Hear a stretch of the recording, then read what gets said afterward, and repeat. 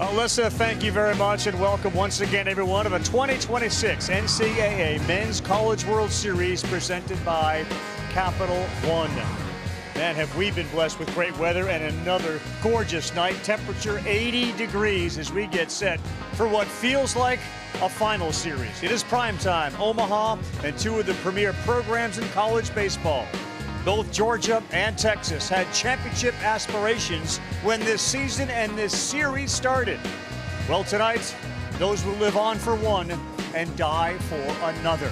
That's what we are looking at as you take a look at the two teams down on the field.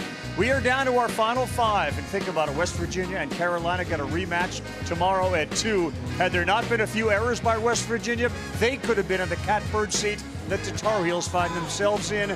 And Oklahoma has already said they're starting another freshman in the game tomorrow night at 7 Eastern time. Welcome, everybody. We'll hear from our rules analyst, Scott Klein, in just a bit whenever is necessary. Chris Budden is on the field. We got Berkey, KP, and I'm Carl Ravitch. And again, we are fortunate. This does feel like a final series when, in fact, it's an elimination game. Yeah, it does. I mean, you got the SEC regular season, postseason champs against a Texas team that has been top 5 the entire season. And one of them's going home tonight. Yeah, one of them's going home. It feels like both these teams could still win the national championship. That's because they are loaded with star power. But there has been one star who has shined the brightest here in Omaha so far, and he plays shortstop for the Longhorns. His name is Adrian Rodriguez. They call him A-Rod, and he has been on a serious heater here in Omaha, really the entire postseason. 18 for 27 in the NCAA tournament, 7 for 8 here in Omaha. And oh, by the way, he went 5 for 5 and hit for just the third cycle in the history of this great event the last time he took the field. Jerry Kendall, Christian Moore, and now Adrian Rodriguez finds himself on that list. Yeah, he's got great numbers, 11 for 16 since the Supers, where we saw him when he was a hero there. And speaking of numbers, nobody has put up the numbers that Daniel Jackson has all year long, although here, 1 for 10. Now, last night we were reminded with a one hit what he's capable He of. can do some damage. We saw it last night. Got into one about 440 to left center. And that got Georgia back within 1. For Daniel Jackson, he's got a chance to win the SEC Triple Crown. He's got a real chance to win the Golden Spikes, which is the National Player of the Year. So home run early and came up late. Breaking ball up in the zone, flew out with 2 guys on, and the look on the face says it all. He's got another chance tonight. I can promise you he'll be ready. He'll be ready. We know the other 2 teams who are battling tonight are looking back on this entire season and woke up this morning and realized it all could end tonight. None of them want that to happen. It is Texas, it is Georgia, and it's all on the line in a win or go home game.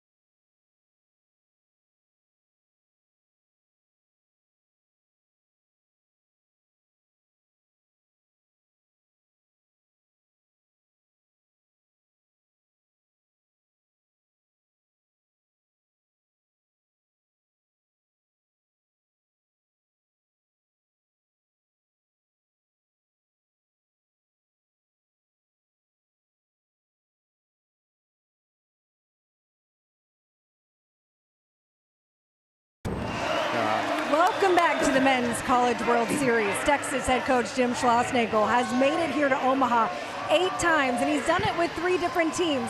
He's racked up over 1,000 wins, but he's yet to win that elusive national championship. He's come close a couple years ago when he was with Texas A&M, was in a Game 3 in the Champ Series. I sat down with Schloss to pick his brain about what a national championship would mean, and his answer was interesting, that all of this is more than just a job. This is the golden age of college baseball. And once you get here, you understand why it's so important. And Coastal's going to the championship series. The end of the road for TCU. I think about winning a national title every day. And for the first time, Rocky Top reaches the mountaintop of college baseball. This is my life's work. This is not an occupation to me. Everybody who's won one has told me, yeah, the next day you're still back to work, but I'd like to have that feeling. So in all those years here, he's racked up 18 wins here at the Men's College World Series. That's 3rd most without a championship. He would need a win tonight to get one step closer. Thanks very much, KB. And he tells the story, too, when he was a player and thought about perhaps, continuing his career on the field wearing a uniform. He was told by a coach, I don't know if this is going to work out. And then he decided to get into education, taught kindergarten for a while, but also at the same time was encouraged to pursue coaching because of what he can do. What makes him so special, boys? I think his feel for the game. I mean, it's one thing to build a roster and get a great coaching staff, but he has a feel for the game that is elite. He's got a left-hander, too, that he relies on. And honestly, this whole team does. Last 2 years, Luke Harrison's been in a starting rotation. A senior, it's not overwhelming stuff. It's a fastball right around 90. Cutter, 2 different breaking balls, but a guy that has been in the arena plenty. And I think that's one of the reasons why they're comfortable with Luke Harrison out there tonight. He's not going to overwhelm you, but ultimately he's going to keep you in the ballgame. Well, Max Weiner, the great pitching coach for the Longhorns, I spent about 10 minutes with talking about Harrison. He is the unquestioned leader of the team, not just the staff, the team. As we take a look at the Bulldogs batting order, it is brought to you by Capital One. Well, Luke Harrison, the leader of this Longhorn team. Trey Phelps is the leader of this Bulldog team. They gained their confidence for him, and right now he has been struggling in the NCAA tournament. You see that 136 average. They are hoping he can catch fire because they have a different swagger when he's playing at a high level. Yeah, struggle bus, 1 for 9 with a walk and 2 Ks. And he'll be followed by Jackson and Lujo as we get set for the first pitch of this must-win ball game. Sun's still a problem out there in left field. It's been that way every night game we've started, and we start with a strike. It's Anthony Pack Jr. who's in left field, and he is the one most impacted by the sun early in this one. Phelps chases. He lost the bat there for a second, and for a kid that plays with all sorts of swagger, when you're 1 for 9, it's hard to muster that up. Thought maybe last night when he got his first hit that would turn the tide for him. 0-2 lifts one out of play on the first base side. You see Texas staying all fastballs up in the zone. That's the place where you can find some success against Trey Phelps, and the barrel has just been a little sloppy on its way to the hitting zone. See him swinging underneath a lot of pitches. Harrison, 6'2", 220, delivers, and he starts off with a strikeout.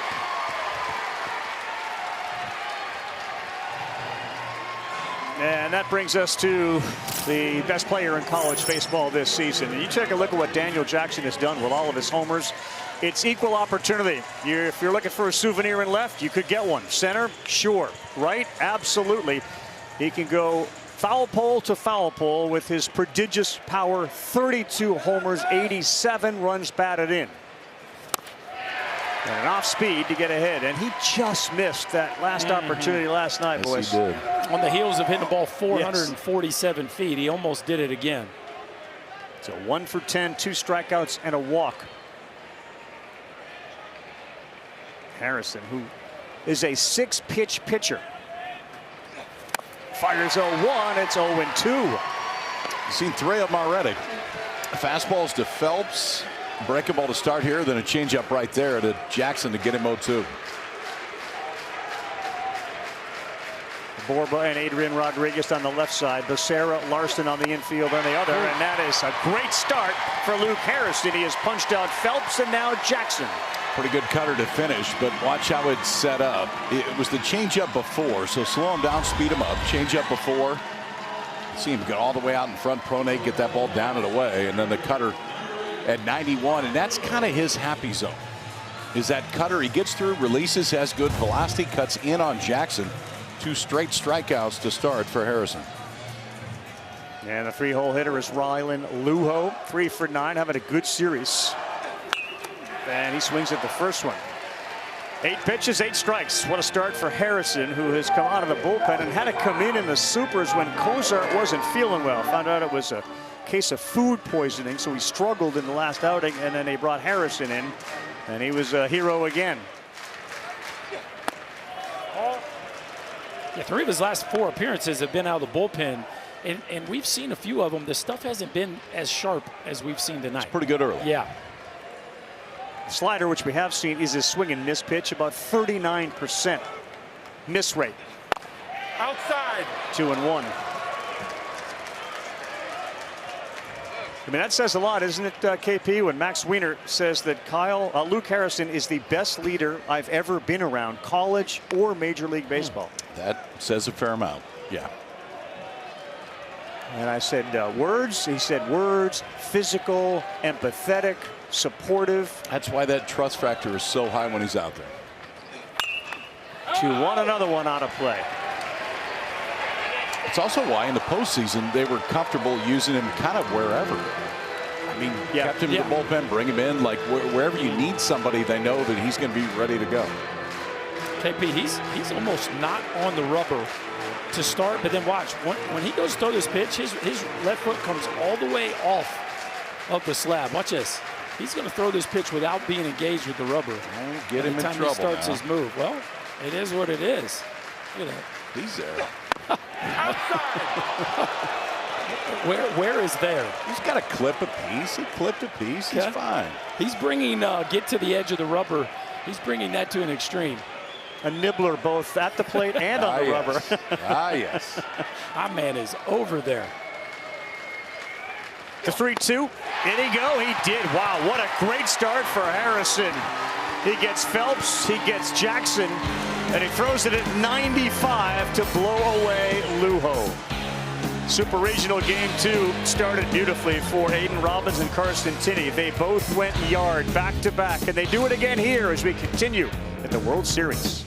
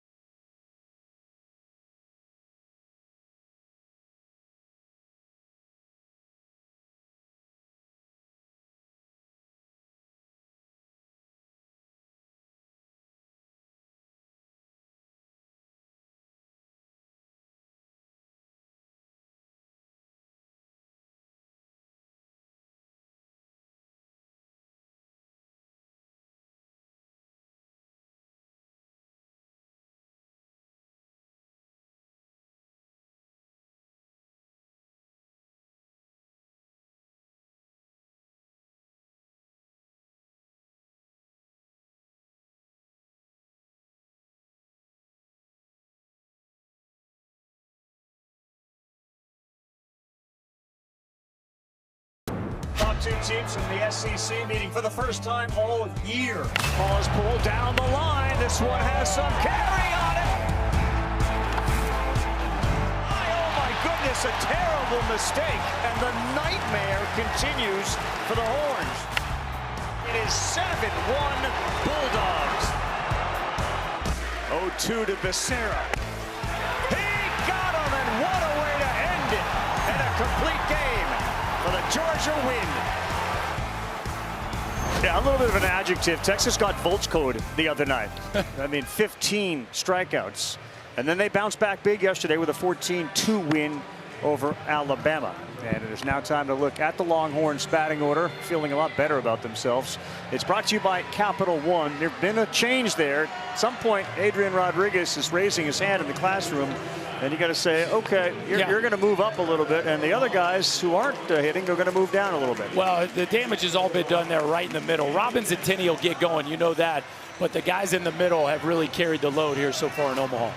Well, I'm going to face a right-hander with a real fastball. It's essentially, not essentially, it is 2 pitches. It's fastball slider. That's what you're going to see tonight. Fastball's mid-90s, slider upper 80s for Vigneault. One goes right, one goes left, and that's, from a scouting report standpoint, what Texas is going to look at. He struggled a little bit the last 3 or 4 times out. Had a great season. Last couple turns have not been great. Out of Leominster, Massachusetts, and went to Michigan. And here he is on the mound for Georgia in a must-win game. He starts Robbins up with a strike. It's 0-1 to Aiden. He's had, along with Tinney, a terrific season. 24 homers, 64 RBI, but he swings at one out of the zone. It's 0-2.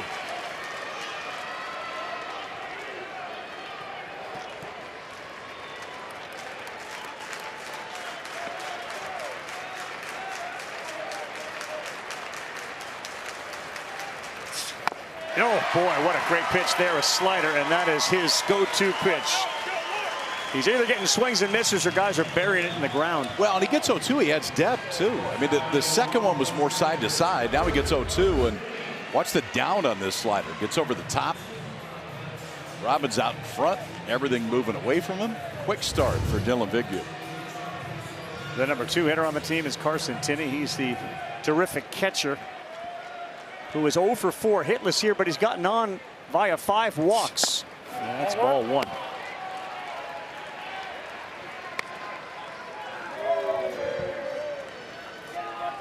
Lineup construction in the recent past has changed dramatically with who you use as your number 2 hole hitter. Yeah, a little different than the old back control days.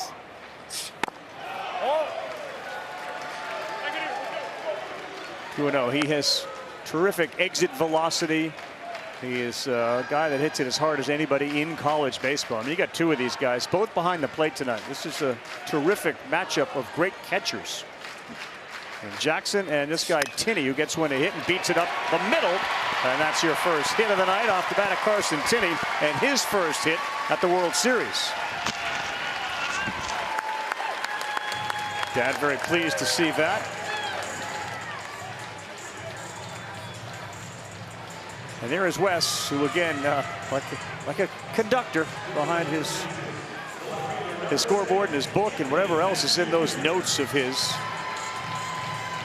Comfortable with Vigneault, but a short leash, obviously, in a game in which you've got to win. And here comes one of the fantastic freshmen of the year. In fact, the best freshman of the year in college baseball, Anthony Pack Jr. Likes to go the other way with it. Slider in there for a strike. Well, something to watch in this ball game. They really exposed Pack in the last matchup on breaking balls inside under his hands. So it'll be interesting to see the cat and mouse to see if Pack has made any adjustments this time around. Tinney double figures in stolen bases. That one's just a little bit down. 1 ball, 1 strike. In fact, the first 6 in the Longhorn batting order, as you see Tinney with 10 of 11, the first 6 in the batting order all have double digits in steals this season. Outside. Well, and you can credit all that to Schloss. He is as good, if not the best guy in the country at picking counts, finding subtleties within pitchers' tells and within pitching coaches' tells for how they like to pick and when they like to pick. And most of the time when he runs, he's got something. 2-2. You know, Jim Schlossnagle had noticed something different out of Pack the last couple days, that he normally walks around with his chest out with a lot of confidence, and he didn't see that from him. So before the last game, he said, listen, just shake off whatever has happened in your last couple at-bats. I want you to walk out there with confidence.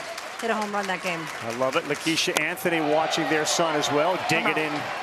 And he takes the ball. Interesting, isn't it, that the body language we've heard about Trey Phelps, which we talked about, and here's another coach observing one of his star players' body language. Sometimes you got to fake it till you make it. And when it ain't going great, you got to still bring good vibes. 3-2. Tinney goes. That's outside. Ball 4. That's a nice guy to have up with 2 on. A guy that is as hot as anybody, Adrian Rodriguez. However, the idea that there's been a single from Tinney and now a walk to Pack. Vigneault has had those games in which the control has not been sharp.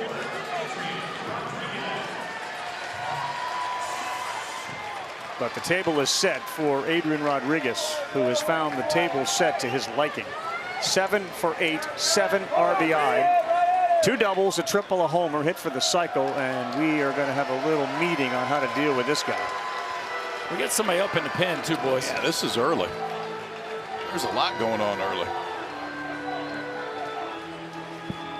Bird is up, and again, given the history with Vigneault and all that's on the line tonight, as early as it is, I don't think it's a huge surprise. Justin Bird is their closer.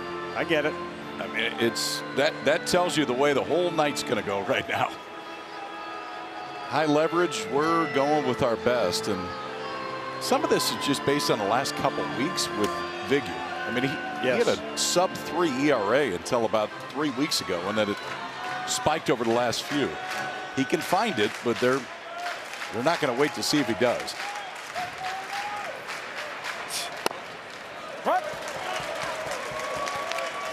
Take a look at A-Rod's numbers just yesterday alone. 5 for 5 with the cycle. A lot of people did a lot of reading online if they weren't watching the game. Initially, the triple was ruled a single with a 2-base error, and they changed it later. 94 right there. It's 0-2.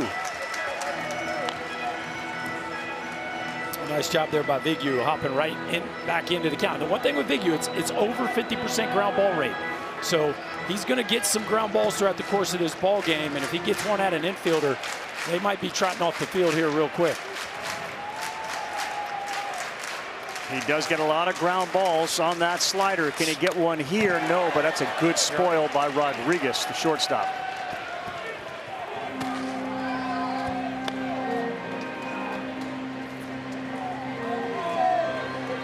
Moved up because of just how good he has been, and a chance for an early statement for a team that got just destroyed by Georgia a few days ago on Saturday.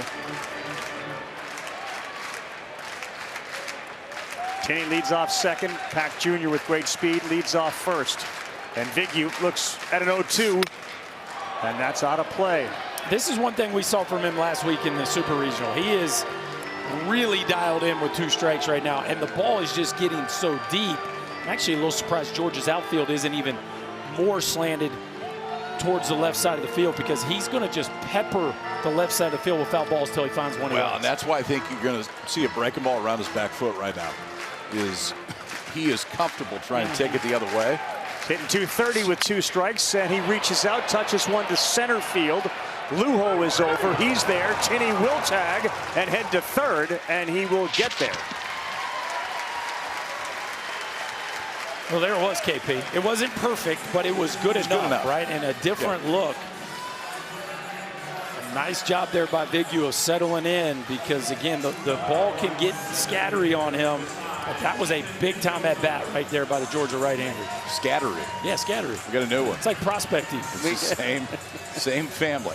Just add an E to it. It works. Can they get a big hit from Ethan Mendoza, who's the designated hitter? And given the fastballs, he is a little bit better than he is against breaking balls. And Pack will just go to second without even a throw. And now a single is going to score 2, and that is one of the telltales of Schloss's team this year. Taking a page out of West Virginia's book right there. Just take off and run. Trying to see if you get a balk. And it was a good job there. You didn't get one. First one of Mendoza lands at 95. It's funny how teams only do that in first and third, but the guy seems to make it without even being a close play ever, regardless. But nobody wants to try it without a guy at third. 255 hitter against breaking balls for a guy that throws a lot of good sliders. There's one, and he swings right past it.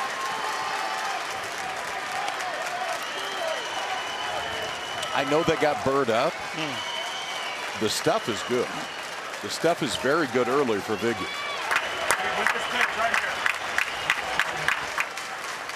Two strikes on Mendoza. Oh, boy, that one was a little bit more of the plate. Yeah, that was an opportunity right there. Mendoza did a nice job of going down to get it. Just barely clipped the bottom of it. He's thrown 8 straight strikes to Mendoza out of Bedford, Texas, by way of Arizona State. And he chased. Good job, Vigyu, to get out of it. And a threat averted. The Longhorns cannot come up with a big hit in the first. Kind of feels like we're going to have a good one tonight, Jets. Strike out the side in the first on one side, and Vigyu breaks out his best slider right here to end the inning. His scoreless first on a perfect night in Omaha.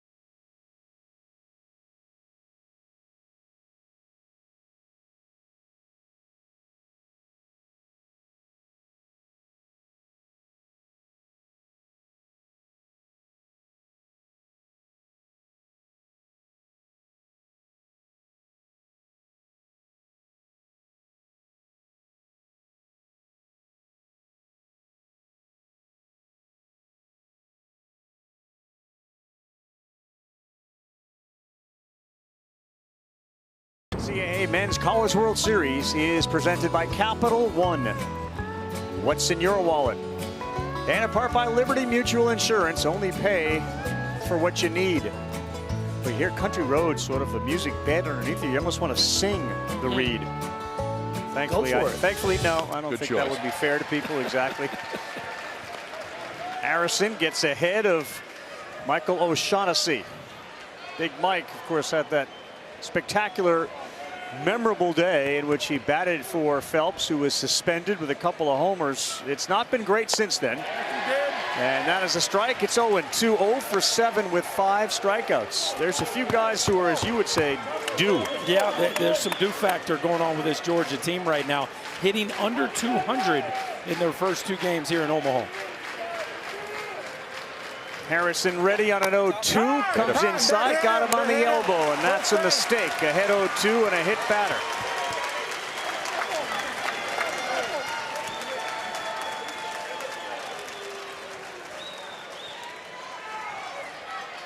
Well, Schloss apparently didn't hear anything, so he wants to take a look at it.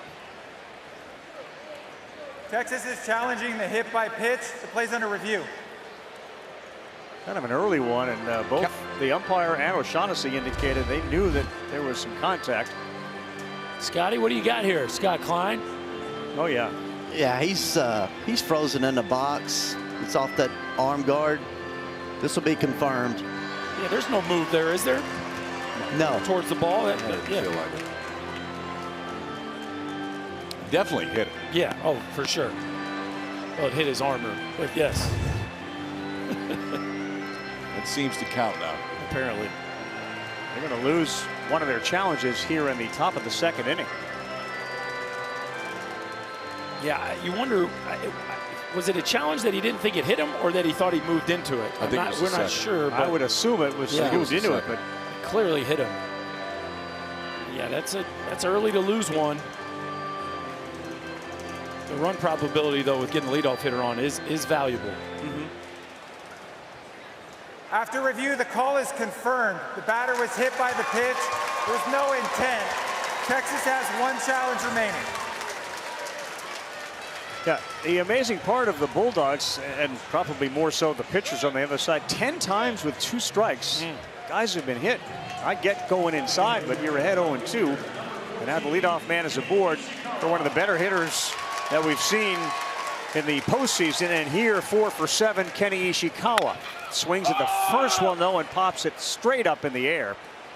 And Pendergrass is coming in. He's still coming in, and maybe it's an indication that the wind is not blowing out tonight, fellas. It's coming in. Yeah, blowing straight in.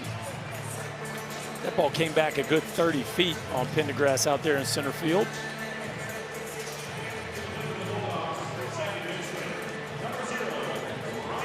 Buddy, we've arrived and seen the flags very still, and within minutes of the game starting, it's like fans get turned on in one direction or the other, and tonight they seem to be blowing in. Ryan Wynn with a couple of hits in the World Series. Bats next, and the breaking pitch misses.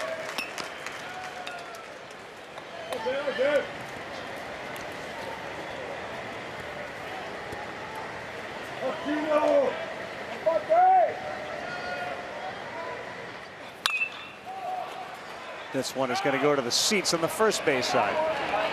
There is a ton of room for those just watching your first College World Series in this clash of titans between Georgia and Texas, Charles Schwab Field in downtown Omaha. And you see as much space as you'll find basically anywhere when it comes to foul ground. We have seen over the years a number of pop-ups in foul territory that have not been able to have been caught.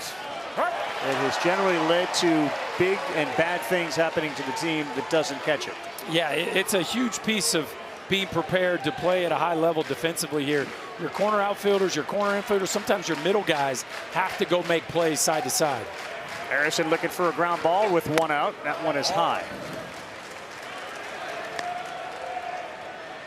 2-2. Elimination game. Bullpens will be very active and very early to avoid a big inning by an offense. The winner will play again tomorrow against Oklahoma, who is 2-0. Whoever wins has to beat the Sooners twice. Swing and a miss. Another strikeout. He's got 4.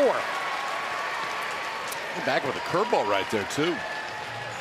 Stole a strike with a cutter early, and then you could see this one a different shape, different velocity for Harrison.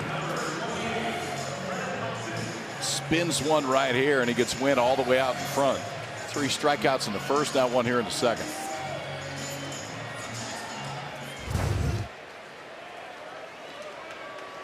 Two down for Brennan Hudson, the first baseman. He is 2 for 7 as the throw nearly got away from Ashton Larson. O'Shaughnessy does not have a stolen base attempt this year. I don't. Get that dude. The guy standing at home plate. Go get him. Second baseman is about 10 feet onto the grass. Becerra as the next one breaks, but it breaks high. Well, especially when you talk about KP focusing all your energy on the hitter. Brennan Hudson has been fantastic for the Bulldogs. 2 more hits last night, including a home run. He has been their best hitter in the postseason. 22 homers on the year, but right by him. A little deceptive pitching tonight to start for Luke Harrison.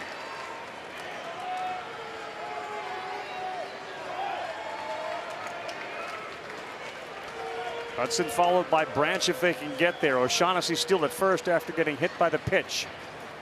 1-1 late break, and that lands for a strike. Tenney stole one there too. That was in the inside part of the play, but a good job of letting that ball travel. That one you don't want to go get. Let it get all the way into you, catch it as deep as you can, and now Harrison at a 1-2 advantage.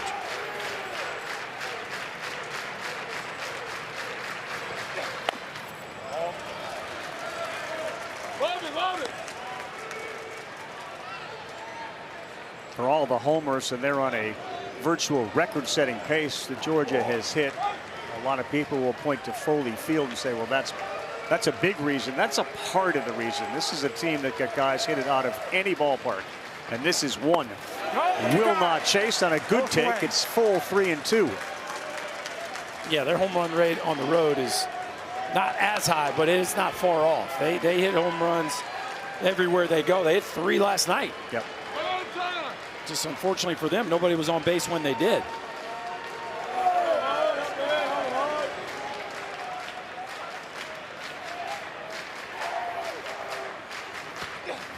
He chased, and how about it? 5 of the first 6 outs have been via the strikeout by Luke Harrison. He has punched out 5. What a start. Longhorns had a chance in the first. See what happens when they come up in the second.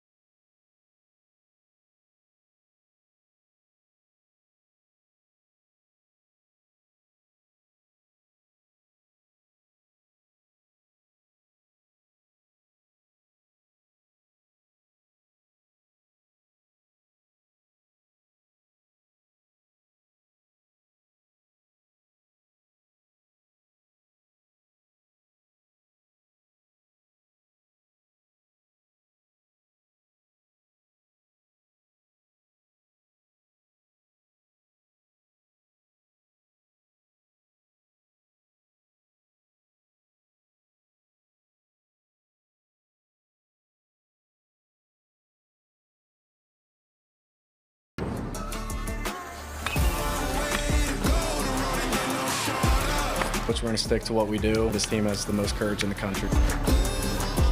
Have you ever hit for the cycle before in your life? Maybe when I was in T-ball. A-Rod is red hot. The identity of Georgia, good pitching and long balls, and they know it. You know, they went into the portal. They always are trying to get some guys that can get on for the power hitters, but this year's been defined by the long balls. This one is off the end of the bat to right field, and coming in and making a heck of a play in right field is Ryan Black. I don't think he got a great read on this one, boys, and we've talked about the wind. The ball is dying in the outfield tonight. Sierra Black kind of hesitates early, but fortunately, he's got the athleticism to close on that baseball. Look at the length and athleticism. Get that forward body lean. Keep your eyes and nose on the baseball. Great job of finishing that thing off after what was not a great start. Larson squares, pulls back, strike 1 from Vigu. And you've been in this situation before, Berkey. You're 0 for whatever. You hit a ball like that. You see the guy get a late break. You're thinking, I'm now got. Becerra's now 0 for 9 at the World Series. And that's another strike. Sometimes the game goes your way, and sometimes it kicks you in the shins, Carl. Yep. They kick you in other places, too, if things are really going bad. He chased in the dirt, got away. Throw to first, another strikeout. That is his 3rd of the night. For the latest news, inside in-depth analysis for the 2026 College World Series, visit NCAA.com, your official online home for all NCAA championships. What do we got there? No, that was definitely for a player, yeah, I'm sure. 3 in a row. I haven't seen that from the Texas fans this year. Cozart, maybe? No, it was red. What do we got there, KP? A bad idea. This is Borba. Hey, watch out.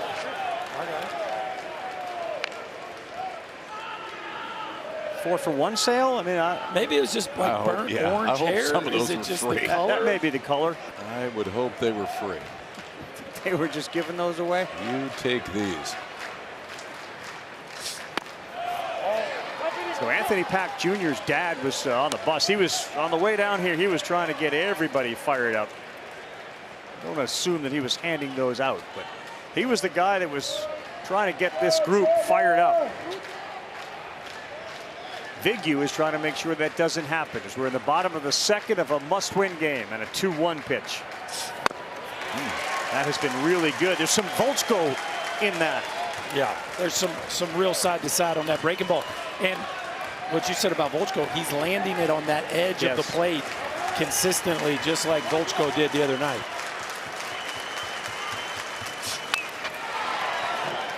The difference with Vigneault is Volchko, everything went gloves up. So fastball cut, slider cut. For Vigneault, it's real two-seamer, slider off of it. So, I mean, you got to think about east-west consistently with him because he can go both ways. Still very encouraging, even though we're only in the bottom of the second with 2 outs. Since May, Vigneault's ERA is 10.69. And that's going to be a hit in a left field by Casey Borba, his second at the World Series. And he is throwing breaking ball after breaking ball, and we've seen him miss wide. This is one of the few that he's just kind of hung out over the plate. Eventually, you throw a pitch with similar shape enough, and these Texas hitters are going to hunt it out and make you pay for a mistake. Nice job there by Borba. That gets us to Darian Pendergrass.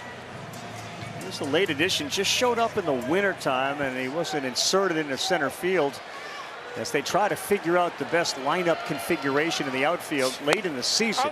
He takes one for ball one. Ultimately, with him in center, it moved Robbins to right. Robbins came to Texas thinking he was going to be the everyday center fielder, but when Pendergrass showed up and Schlossnagle presented the idea, Robbins was all about it, realizing that may be our best chance to do this, get to the World Series. 1-1. You see Schloss over there putting on the signs. He's, let's just say, very involved in Mr. Pendergrass's at-bats.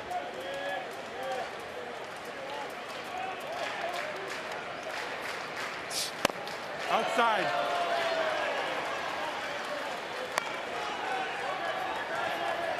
Been a lot of conversation about Schloss and his sign giving from other coaches, from the two guys to my right here in this booth.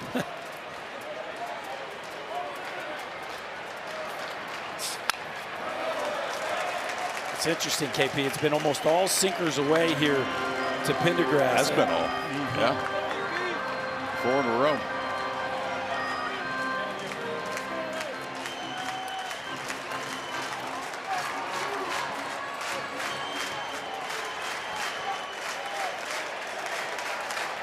Vigneault's 2-2.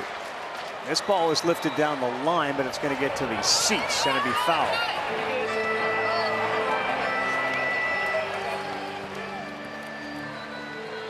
I mentioned being inserted late. This is just the 20th game that Pendergrass has played, only the 15th game that he has started. Sub 200 batting average. Trying to keep this inning going with Borba at first. Nope, not there. That's the 4th strikeout for Vigneault. We've got 9 strikeouts in this game through 2 innings as Vigneault and Harrison have been the early stars. Slider right here. Get over the top, hammer that thing down for Vigneault. 2 strikeouts in the first, 2 in the second. 2 scoreless in Omaha as we head to the third.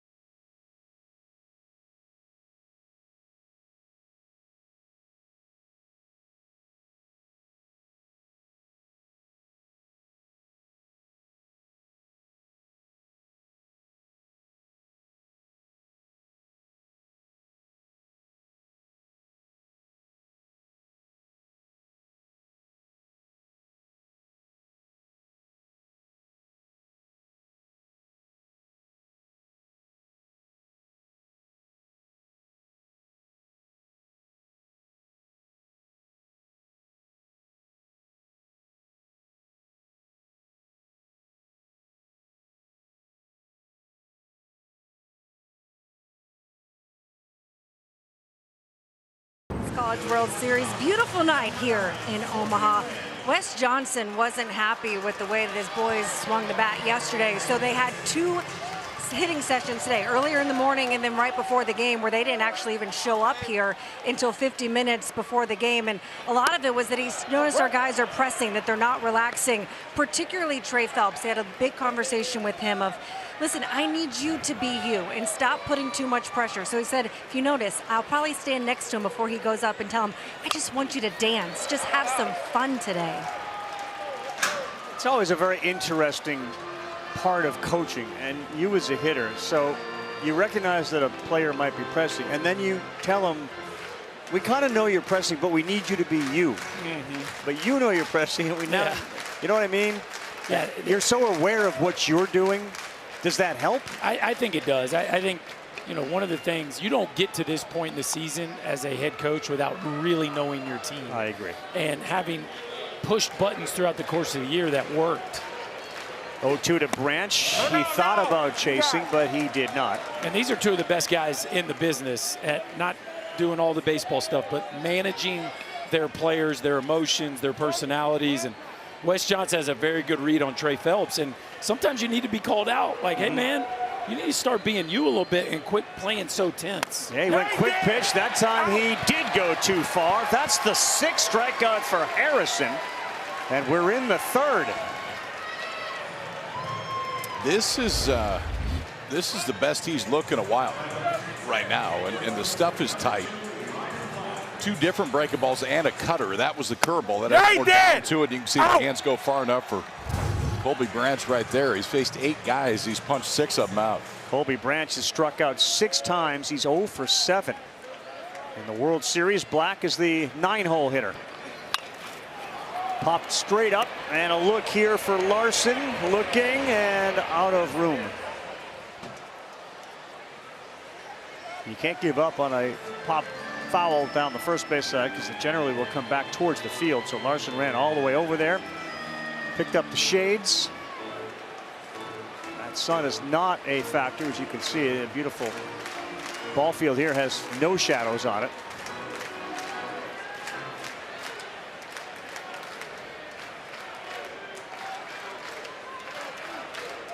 Pitchers duel so far in this must-win game.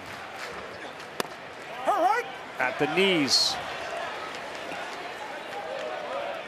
6 strikeouts, guys. Luke Harrison's high is 10. Came against Alabama this year. We're going over 10, sitting here with 6 with 1 out in the 3rd. I'll take the over. Yeah, it's mathing that way right now.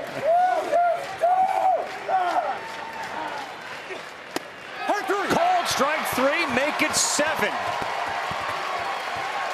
Black with a perplexed look.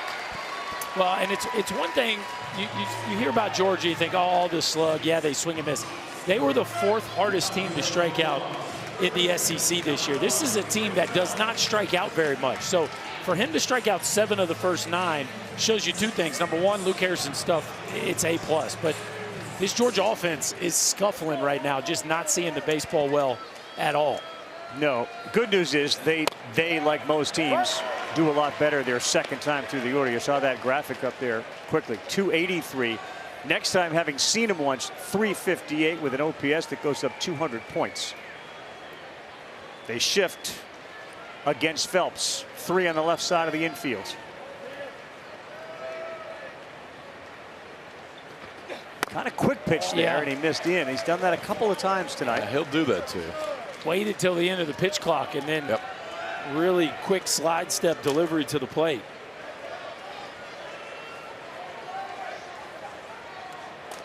You mentioned the other night, a very unique batting stance, the way he starts. Was it Kelly or Janikis who also kind of does the same thing? I was watching today. Yeah, Janikis more out away from him. But here, close to his body, he's here. Yeah, he's in front. It's right in front of his belt buckle. Yeah. And the bat is in front of his face, too. It's just a very unique position to try to start your move from. Well, Harrison is a strike away from his 8th, and barely did that one not register number 8. And yes, it does. They say he swung and missed it, and they throw to first, and he's out. Luke Harrison has struck out 8 of the first 10 he has faced. And Phelps' nightmare to this World Series continues. Punched out the side to start. Oh, he's punched out the last 5. This one, an elevated fastball. Luke Harrison with his best stuff, 95 to finish it off right there.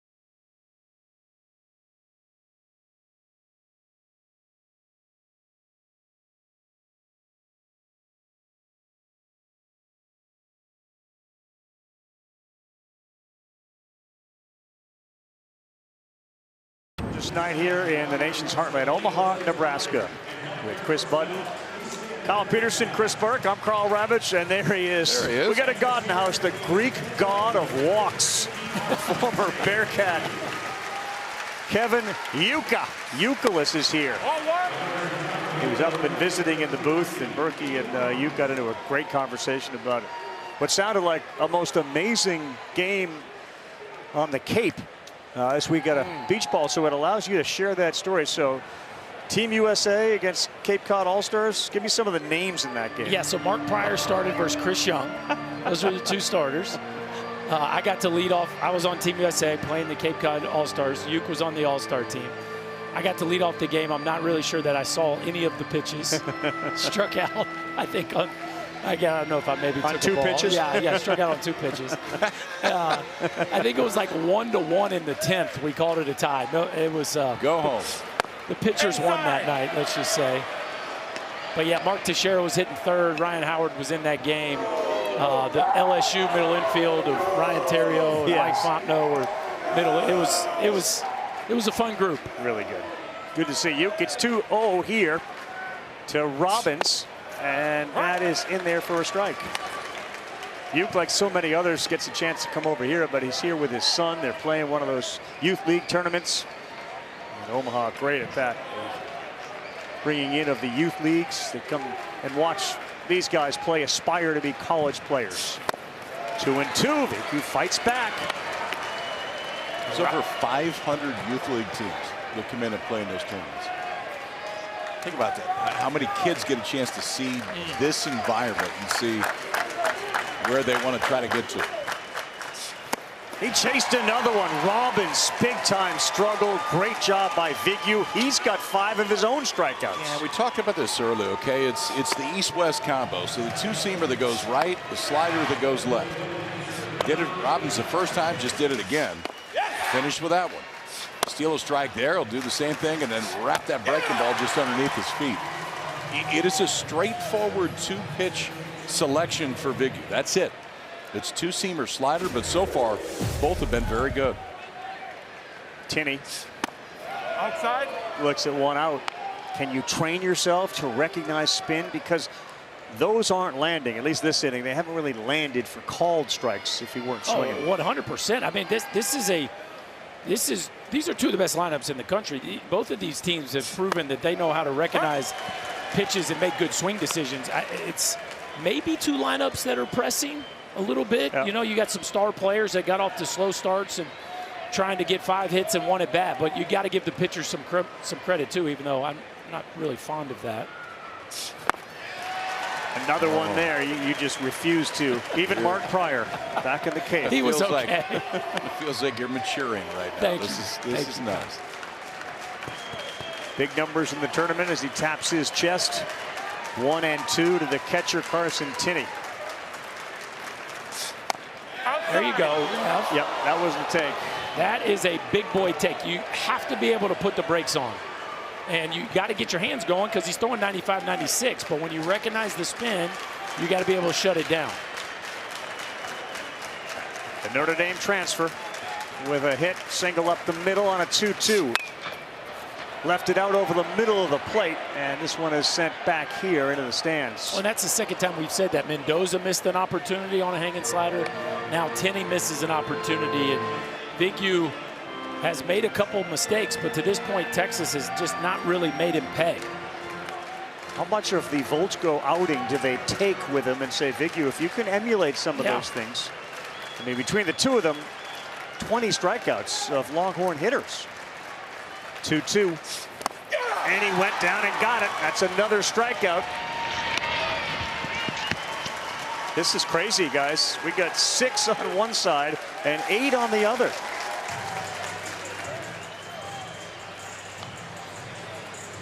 I'm not sure who the bigger surprise is, because this is not what you would expect from either one of these guys, given their recent track record. Yeah, I mean, look at Harrison history. You don't think big strikeout. Vigneault recent history, you're not quite sure exactly what you're going to get, but both have been at their best so far tonight.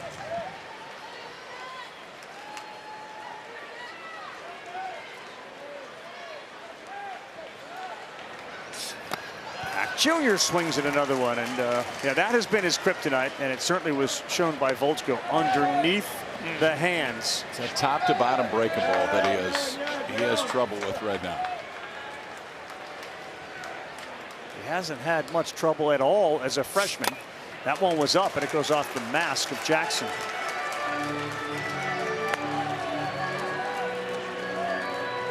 Well, both these guys, for the most part, have just been living 0-2. So the hitters are going up there with no margin for error because the pitchers are just filling it up with quality stuff.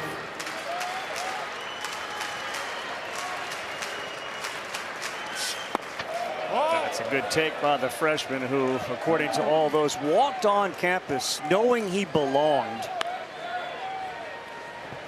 It was Aiden Robbins who took Anthony Pack under his wing. Those two have their own pack. They have run together for quite a big part of this season. 1-2, right there at the bottom, and Vigneault bounces off again. Man, oh man, 7 strikeouts, 15 strikeouts in the game. That pitching duel we thought we were going to get, right? Here it is. Vigneault, punch out, punch out, punch out to third. Back to a breaking ball. Gets Anthony Pack Jr. right there. Scoreless through 3. We come back. Head coach of the Texas Longhorns, Jim Schlossnagle, joins KB.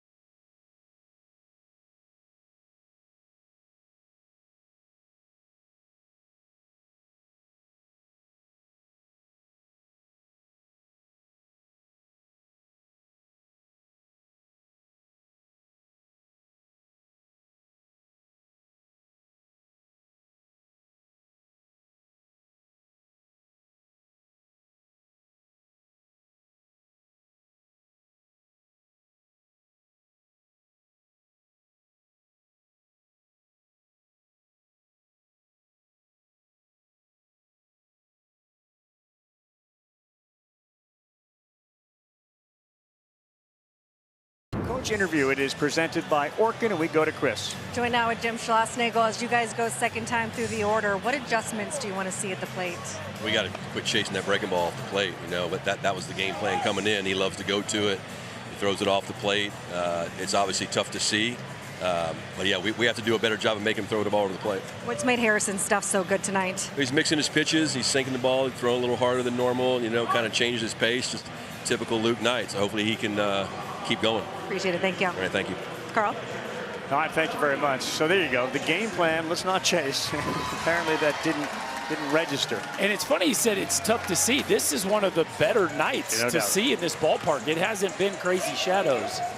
But, the backstop, or excuse me, the hitter's eye is a little bright. I get that, but it's certainly been worse. Careful here for Jackson. First one is too far inside. The last 10 combined outs in this game have been strikeouts, 5 by each team. Did he say typical Luke Harrison night, 8 Ks through 10? Outside?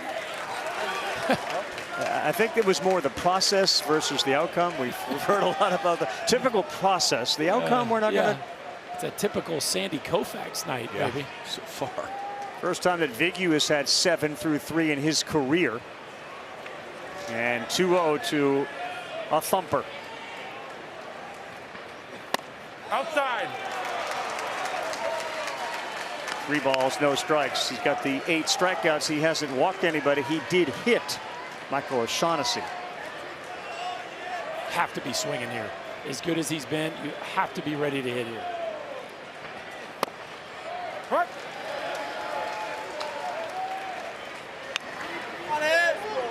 Sour Power has not played a role yet.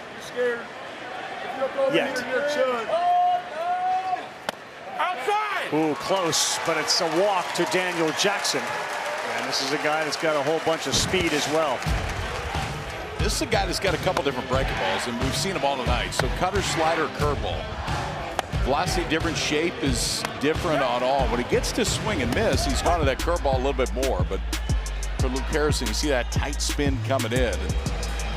This is the best stuff that we have seen him have really the entire season, all the starts that we've seen.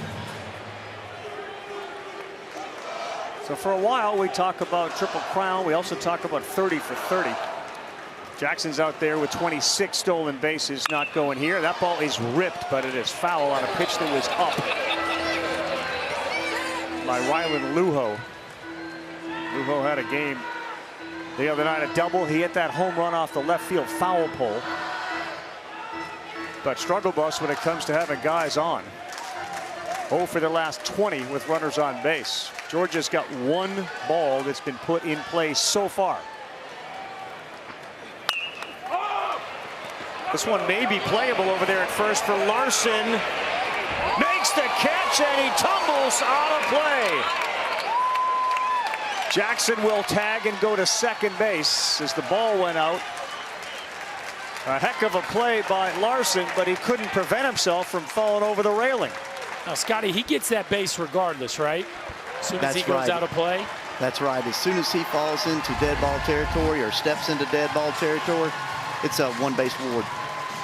You can tell that kind of low rail right there made him lose his balance. Heck of a play. We talked about it earlier, didn't we, Ravi? The corner guys have to be able to go and make plays. Ashton Larson spent most of his career at LSU playing the outfield, so very comfortable tracking down fly balls.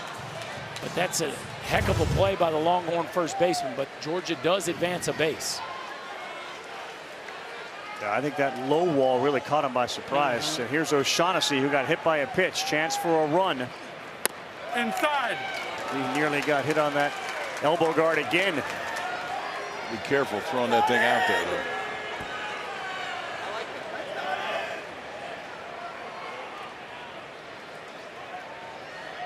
They're not afraid to steal third base either. Jackson not going, and another one on the inside. Corner lands, 1-1.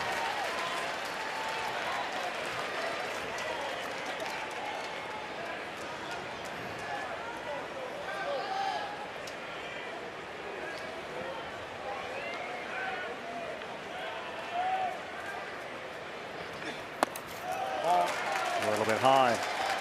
Yeah, we've seen all the families that are here watching the game and the pressure that they're feeling. Every parent will tell you, as Tom De La Garza watches his son, every parent will tell you it's a heck of a lot harder to sit and watch than it is to play. as they remember their days when they were on diamonds. 2-1 foul. Would you agree with that? You know, I'm growing in my ability to watch. You are, huh? Well, I am. One Really? thing I try to remember as a hitter, like really the odds aren't in his favor. So I try to let the outs not surprise me and the hits like actually give me some joy as opposed to expect the hits. So, How about as a pitcher parent, KP? How'd your dad handle it? Because that's literally every pitch. He went somewhere different every inning. Every inning, really. He was never in the same place. 2-2 to O'Shaughnessy. That's what he told you.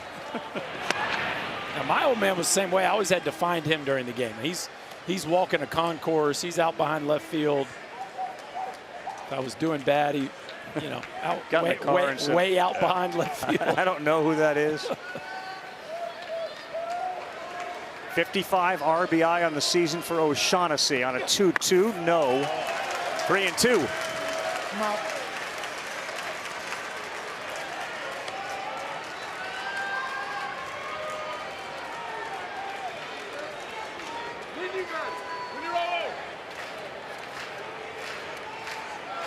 Wind continues to blow in. Outfield respecting the power of O'Shaughnessy. Full count. He swings and he misses. That's the 9th strikeout for Luke Harrison. I think first in this location with that pitch, though. He hadn't gone down a whole lot today. Everything's been elevated, whether it's a fastball or the breaking ball, intentionally down with the breaking ball. But this time, fastball down is pretty good carry on it. You can see the bat path goes right underneath it.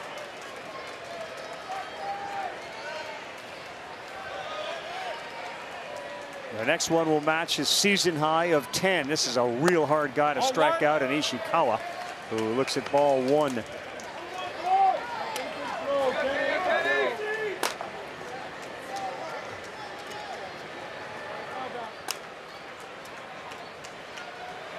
Probably the guy they want up right now as far as putting the bat on the ball as he foul one into the glove. Yeah, I would agree with that. I mean, this is obviously the hardest guy to strike out in the lineup, and the guy that next to Hudson that feels like he's kind of swinging the highest bat right now. Already 4 hits here in Omaha. Good pitch right on the inside corner. It goes 1-2. He hasn't clapped like this in any start that his son has had for strikeouts. Too many two-seamers either. I mean, that was sticking on the inside part of the plate to a lefty right there.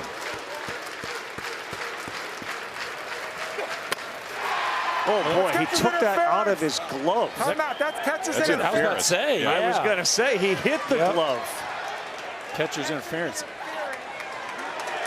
Billy Van Raphorst was all over it. I mean, literally the ball may have been in the glove when he swung and made contact with Carson Tinney's mitt. That was the definition of an emergency hack. Yep. I mean, this is as late And as that's you can when you get these. possibly swing the bat. That's when you get these. Yeah, it's catcher's interference. Is that late? The bat path goes way deep right there. He's just trying to get a piece of it. Ooh, maybe not. Oh, I He caught think it. I think he didn't catch nicked the much. top of it.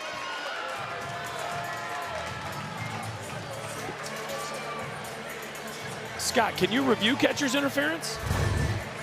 You can, yes. They've already used one though, Scott, and lost one of their challenges. I don't think you burned one here. You had 2 maybe, but Here's a big spot for Ryan Wynn. 2 men on, 2 down. Harrison wide with the first.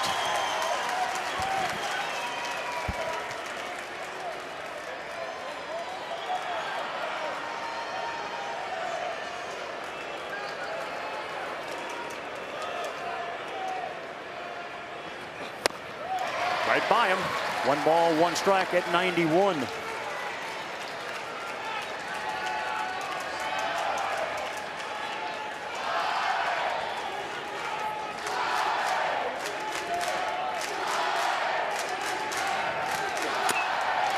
Tipped into the mitt, 1-2. So he went 91 to 94. Yeah, 2 and 4, and he's throwing a cutter too. Like everything right now from a fastball standpoint is beating these Georgia hitters. They look very unsure of themselves on the fastball. Next strikeout, double figures. That's number 10.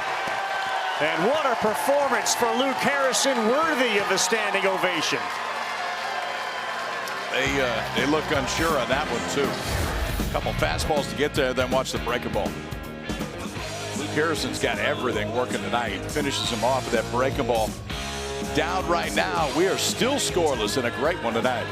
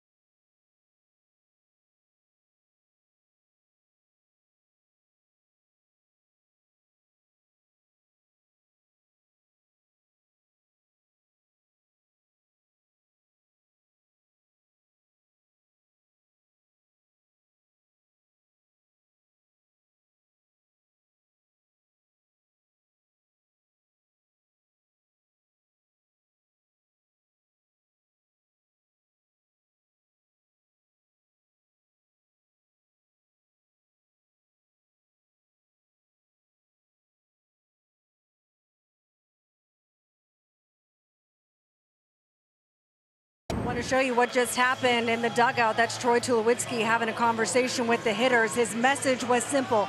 You have to will yourself to beat this guy. You have to will yourself. They focus so much on the mental aspect of the game at Texas that even Jim Schlossnagle's message to the team before the game was, you can't control your performance always, but you can control yourself. This guy's controlled himself better than anybody. Thank you very much, Chris. As we start the fourth, Georgia doesn't have a hit yet. Texas has a couple. They had first and second with just one out in the first and could not come through. 7 strikeouts in the game for Vigneault. Outside. That's a good pitch, Dale. Good pitch.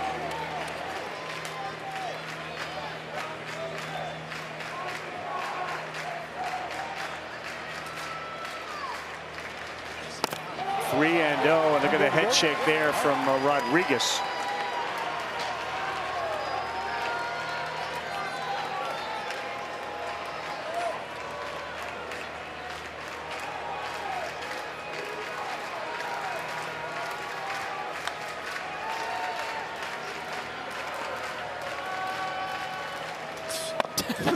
Wait, I've seen squares to bunts and other things. I've not seen the leg kick. Hold on. That wasn't like your traditional leg kick. That was like literally like kicking out over the plate. In an effort to get in the head of Vigneault. Yeah. We've got a lot of head shaking going on too. 3-1, yeah. Okay. Vigneault 3-2. You're 7 for 8 coming into the game in the World Series. That allows you to kick, head shake. Just whatever. No rules anymore. Look at this. I haven't seen that. And he comes back and punches him out. 8th strikeout in the game. 5th in a row for Dylan Vigneault. So he kicks his leg, and then you get an absolute gnarly slider right under his barrel. And KP, then you wrap one around the outside edge. How about a backdoor breaker right around the paint of the plate? And that is as good as you can do it. It was there. Yeah, he gave up on it. Just fighting to come back, and Jackson frames it up. Back from the 3-0 count. Yeah, and that's a strike to Mendoza. Last College World Series game where both starters had 10 strikeouts was in 2021. Will Bednar and Ty Madden. We got 10 and 8 right now. Do you think that willing yourself to get a hit involves kicking when it's 3-0? I didn't have that play in my bag, but I mean, I'm not the one who's, hitting for the cycle in Omaha. So you do you, kid.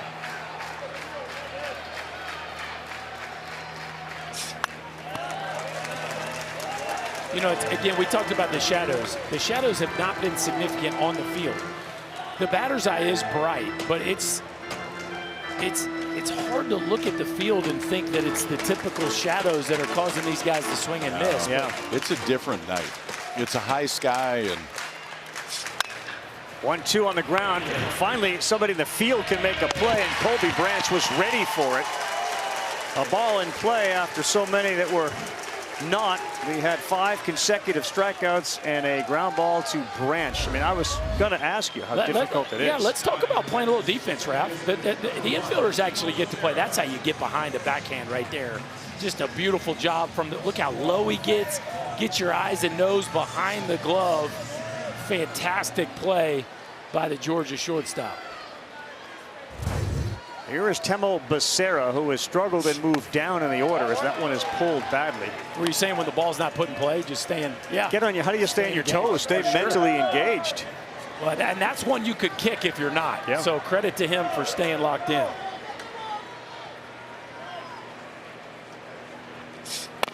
Yep. 1-1.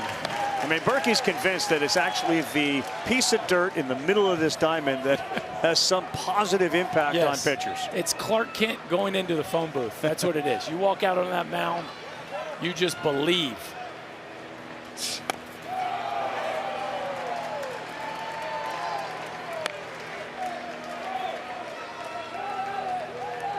Harrison is thinking to himself, ties his career high with those 10 Ks.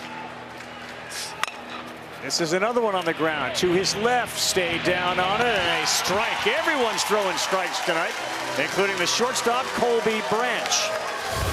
It's 2 straight balls put in play. What do we got going on here? 4 innings complete. We got 18 combined strikeouts. Wes Johnson's a pitching guy, but he'd like to see a little bit more offense. He'll join Chris Button. We come back.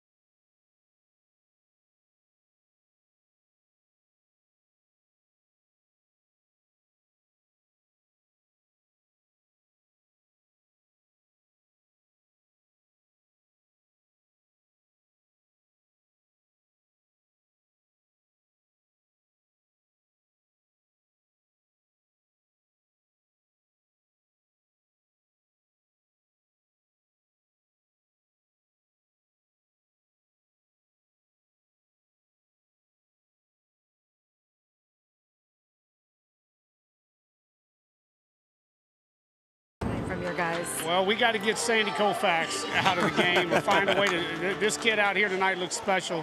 He's commanding 4 pitches right now in the strike zone. He's been a little tough on us, but we're going to keep battling. We're going to get off some swings. A lot of game left, and we'll see what happens. Thank you, Coach. Go Dogs. Yes. You never thought that like the Volchko 15K thing would be challenged. We've got 2 guys who are challenging that number right now. We're in the 5th. That's my point. And we've gotten Koufax in the broadcast twice. Yeah. Brandon Hudson's got leave the building power. Getting that call right there at the knees. 1 ball, 1 strike. Volts go 15. Dave Fleming in 1990 had 10 against Mississippi State. These are the most strikeouts in a College World Series game by a Georgia pitcher. I like it. I have no idea. I think they're hugging the hitter. They're sending. Sending some positive vibes his way. Inside. 3-1. Good interpretation of that. We'll go with that. College baseball. It is the best. Yep.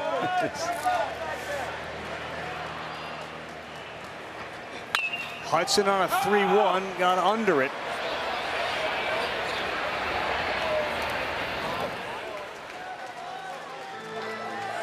Marcamento suggests they could be imitating the trees at Foley Field. Okay, I like that call. Trying to feed the bullpen right now. Yeah, we feed the trees, we feed the hill, we feed the bullpen.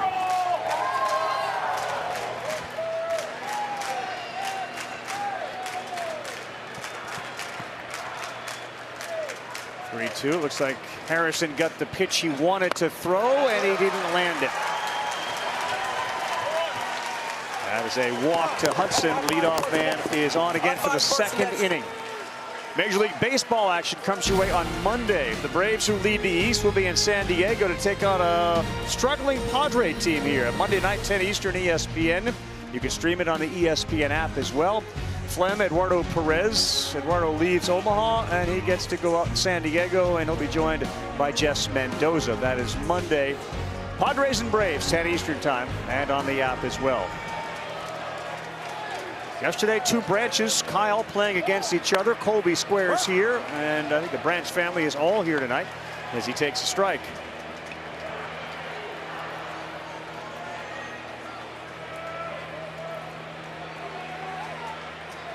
Mom and Dad, Carrie and Rusty, are just full Georgia regalia tonight. Yeah, they can just be locked in on one. Ooh, boy, he does get it down. First base is vacated. The diving play over there by Larson. That was going to be very tricky, and an athletic play by Larson, but down to second goes Hudson. They don't do that much. That's the third time all year that Georgia's had a sac bunt. This ball's headed at his nose. I mean, we used to always say the ball you always get down is the one that might hit you in the face. You're in defense mode right now. You're just trying to make sure you don't get smoked. Keeps his barrel above the ball, keeps his angle. Nice play by Larson, too, to finish that one off. But KP, you said it, only the third time this season. It just tells you where Georgia's feeling right now against the Texas Southpaw. Koufax.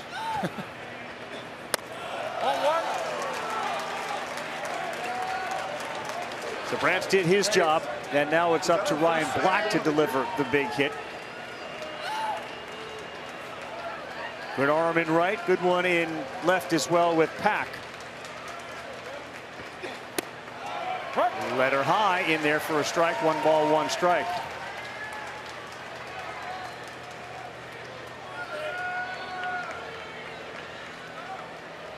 Three men in the outfield.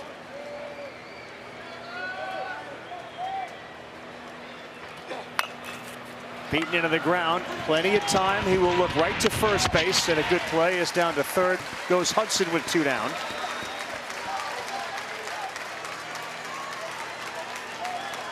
It really is remarkable how late they are on the fastball. I mean, that ball is just in his kitchen, and I can't help but think there is something visually that is throwing these hitters off. There has been 1 ball hit to the outfield for Georgia.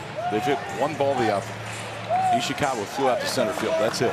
This is the 3rd best home run team of all time. They can barely get the barrel out in front of home plate right now, and it's 91-94, but it's not 100 miles an hour out there. But 1 swing here can give him the lead, and that is the 1 swing off the bat of Trey Phelps, who looks up. He heads to second. The throw is not there, and he is safe. And there is some of that Phelps edge. 1-0 Dogs.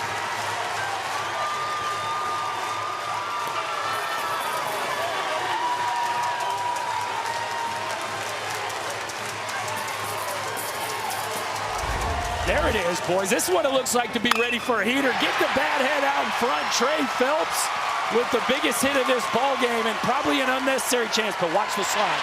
That's what a swim move looks like at second base. So you show the fielder two, then you pull one back, reach around. That is as good as it gets on the tail end of that play from the Georgia third baseman. Here's Jackson. And the first hiccup of the night from Harrison. Phelps, who has been struggling so bad, was 0 for 2 with 2 Ks and 1 for 11, delivers the big double. His 11th double of the year.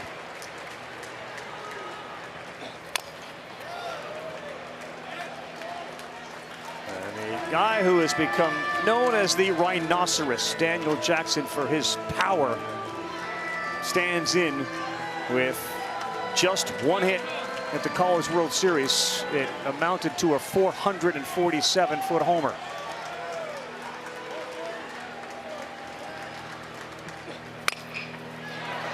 They positioned Becerra on the pull side, and that's exactly what Jackson does. But they've been wondering when the drip would shine for Trey Phelps, and the drip master himself delivered here. There it is. There's the swagger they've been waiting for. Trey Phelps, they have been waiting for him to lead something to stir this group up. And how about a big knock, a fancy slide, and a 1-0 lead. The Dogs finally with a little bit of offense. There's that dancing Wes Johnson wants to see.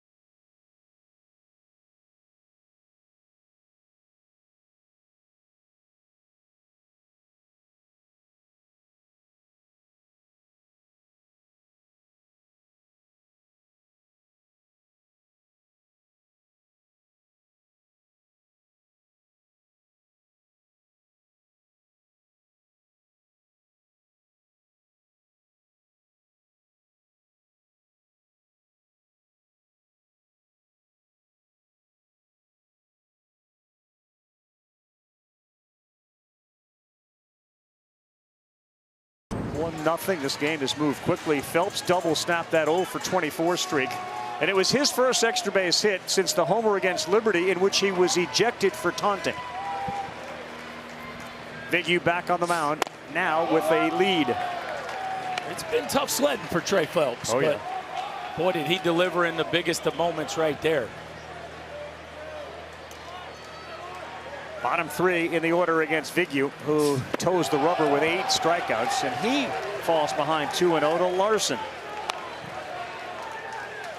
Again, I think we go back to last night where he had that single after being 0 for down the line, and it just gets engines rolling for hitters to see a ball put in play and not be caught.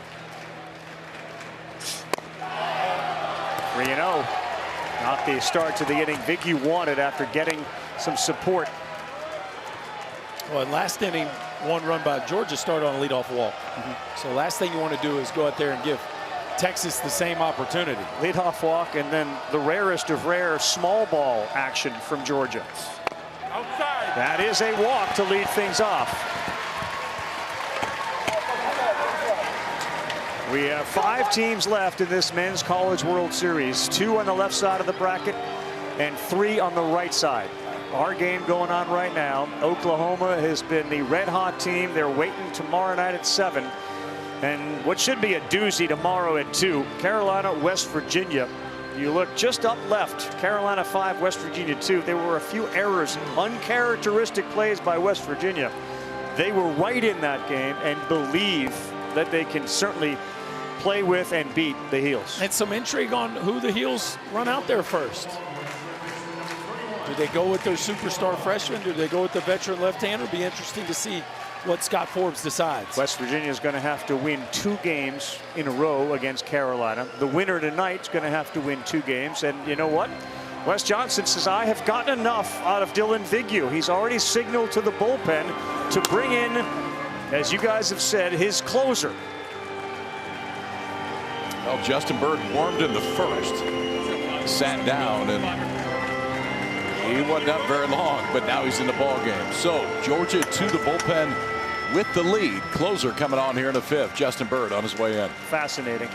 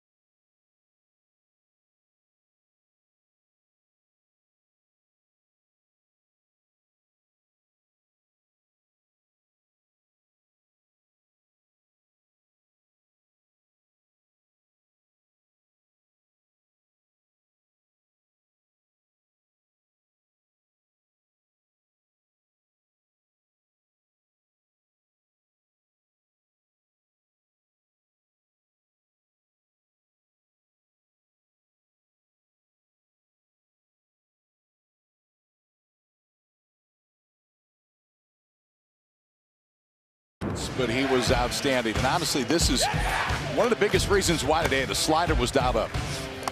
From the beginning, 8 strikeouts for the right-hander.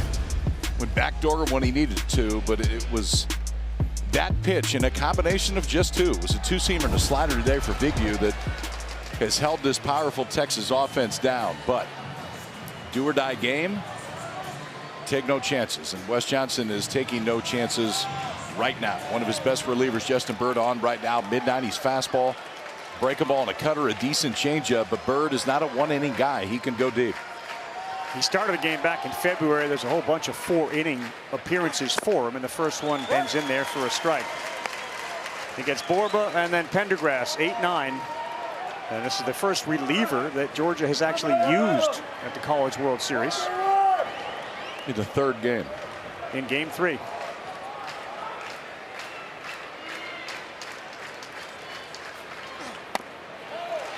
Boy, that's right on the corner, if it's on the corner, and Bird gets the strike. It's 0-2. 5-2 with 8 saves, 57 innings, a whip under 1, and a near 32% strikeout rate. Looking for one here, will get it as he goes up top. We saw 3 of them right there. First pitch cutter. Slider to go 0-2, and then just elevated 95 to finish Borba off right there. A different shape than the previous 2. That one had some rise and a little bit of giddy up on it. And I do like the difference in these 2 arms, right? You got the ride of Bird after the run and sink of Vigneault, and they pair nicely one after the other. these two Georgia pitchers. I don't think that's on accident. No. It's the lefty, Pendergrass. He squares to go small ball. That's in there for a strike. Four-seam fastball has been the best pitch that Bird has thrown to lefties this year, to the tune of a 190 average.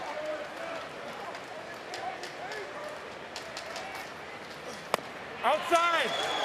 Not by much, but it's 1 ball and a strike. Daniel Jackson, really nice job tonight behind the plate on those pitches that are on the edge. Borber, who just struck out, did single his first time up, but the bottom 4 of the Longhorn order coming in had been 1 for 27 in the World Series. Pendergrass 0 for 6, takes one with him, and that one is pulled foul. Yeah, it's been tough sledding for pretty much everybody but Pac Rodriguez and Mendoza offensively so far here in Omaha. And you just got to believe Robbins and Tenney are going to bust out at some point. They would like it to be soon. Yes, they sure would. Winner of this one moves on. And they have to beat Oklahoma twice. This is an elimination game. Win or go home. 1-0. Georgia leading it. Pendergrass does have speed. Tough guy to double up. He does it with 2 strikes. Lays it down. The underhand flip is in time by Bird. And Schlossnagle was confident and comfortable enough to get him to bunt with 2 strikes. He does. And we'll see if we got a Georgia Bulldog inning now with Robbins coming up and the tying run in Larson at second. So Trey Phelps, Georgia's guy, as far as you know, their swagger and the guy who sets the tone for this club, he gets the big out with a runner in scoring position in 2 outs. This is Texas's guy, make no mistake, and it has been rough here early on. Can he lock in and quit chasing breaking balls? With a new look pitcher in Bird. He's behind 0-1. The Seton Hall transfer, just a magical year. And a guy that was pursued by many, if not most, of the teams in the SEC. Great numbers with runners in scoring position, and that's Larson in the background. Oh, we got one to hit, and it is caught at third base by Mr. Phelps. May have been a foul ball, but the dude that drove in a run may have just saved a run. Well, they got him in no doubles. I mean, he is almost on the line to begin with. And I think you're right, Ravi. I think this ball goes foul. But look how close he is to start. Great crossover steps and the range to finish it off. Phelps with another big play. And the swag is back.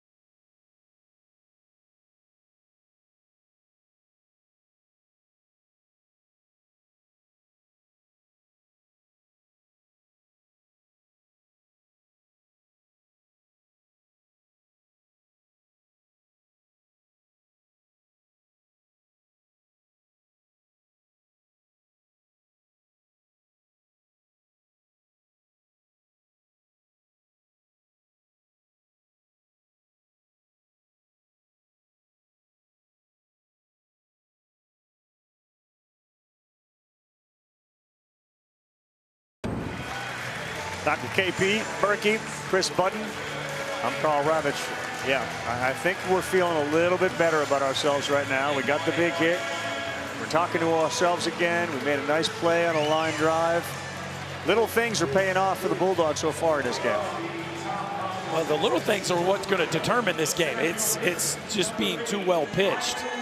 So far, the Bulldogs have made one more play than the Horns.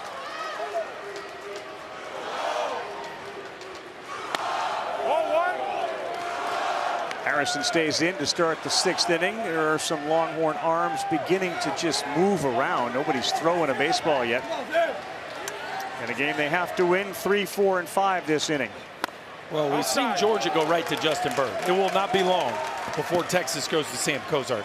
You can't go home without Cozart getting in the game, with the game still being undecided. And so I can't imagine Sam Cozart's going to be standing or not standing on that bump here pretty soon. 2-0 to Lujo, and he missed badly to go 3-0. There is the aforementioned Sam Cozart. I would think you're going to start scrambling the fighters right now down there.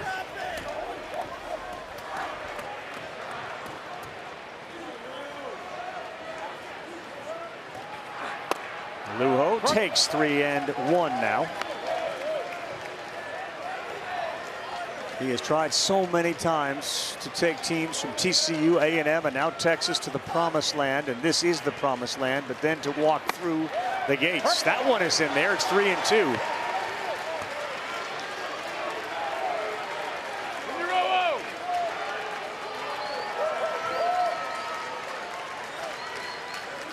A good battle back, and Harrison come all the way back. Now that one is a bailout because that was ball 4. The one hopper to second. Becerra throws him up. Take a look at tonight's Capital One rewarding performance, fellas. Coming in the ball game, Georgia had 2 sacrifice bunts on the season. Colby Branch had 0. But Wes Johnson, with a great feel for the game, decides to play a little small ball. Trey Phelps makes him look smart. And that is your run in the ball game, folks. Georgia getting into a little bit of the inside game to move a runner and eventually get him in. Left on left, Harrison and O'Shaughnessy. Outside. Even before that hit, I noticed a big difference in Trey Phelps from tonight to last night. At the bottom of the 9th last night, he was just staring at his bat and looked so tight. Even before that hit, he was up on the railing, laughing, joking, really trying to just relax himself and have the flair that he normally has. It doesn't take much, does it? To get a guy like that going. It doesn't take much. It was interesting, too. We were talking to Wes earlier this week. He was talking about Trey, and earlier this year, he was down a little bit. He said, listen, if you're not singing your walk-up song when you go to home plate, you are going to stand next to me.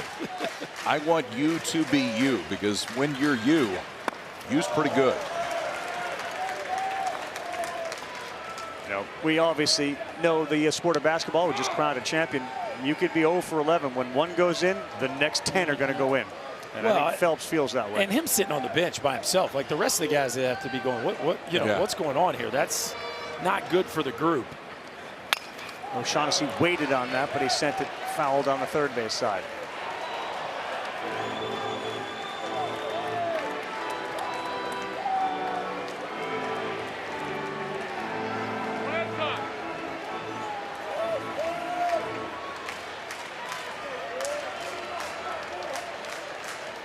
Slider's the best against lefties. There was one. This one has popped up. No one is going to get there. They're in a big shift, and it wasn't going to be caught anyway. But for a while, it looked like Harrison was going to be the closest guy there to get it. Well, it's part of being here, especially when you're in the shift. Sometimes a catcher or a pitcher's got to go over there and make that kind of play. That one didn't stay in the ballpark, but it certainly could happen.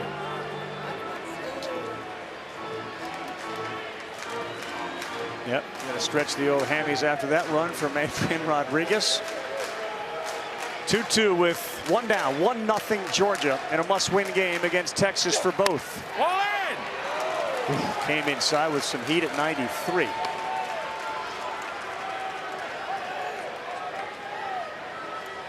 It's a rare fastball that he throws to a left-handed hitter. Yeah, he didn't go in very often, but that one didn't miss by much. Nope, he missed there. Lujo bailed him out on a ball 4, and O'Shaughnessy will not offer, so there is one on with one out. Hey, it is always trophy season on ESPN. You can stream the biggest live events and best championship moments, whatever you watch, wherever you are. Watch it anytime, anywhere on the ESPN app. Ryan, you got the college football championship. Still, the Stanley Cup itself as a trophy stands out. No doubt. It stands out. The Carolina Hurricanes, champions of the hockey world. Gets the call to knees as he starts Ishikawa off. Well, again, Georgia bunted. Will they hit and run? Could we see that from Wes Johnson? Let's not get crazy here. I mean, this is your guy. We're not gonna do that. This is your guy. He slaps one to shallow left. Can Pack get there? It is Mendoza. I should say Rodriguez. He couldn't get there. And a seeing eye single from Ishikawa, who tonight has got catcher's interference and now a single that bloops behind Rodriguez and in front of Pack. I thought he was going to maybe have a play at this, and for some reason, right as he goes into his slide, he pulls his arm back. He's tracking this ball. And watch, he's in his full slide, and he kind of pulls his arm back. I'm not real sure why at the end he doesn't give it full extension. It just never looks like the glove arm gets all the way extended out. I don't think he was going to catch it. Nah, he was peeking too. Yeah, like maybe he felt I think maybe yeah. he thought he had footsteps behind him. Well, what an opportunity for Ryan Wynn now with one out. Chance to add to a 1-0 lead.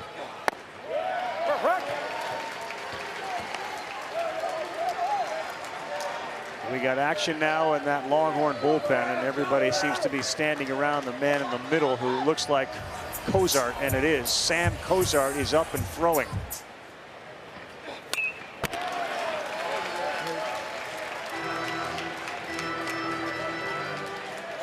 So you like to bring a guy in a clean inning, but it feels like so Wes Johnson a walk would go right to Bird. Here you have two guys on, and Cozart wasn't yet ready to get into this game.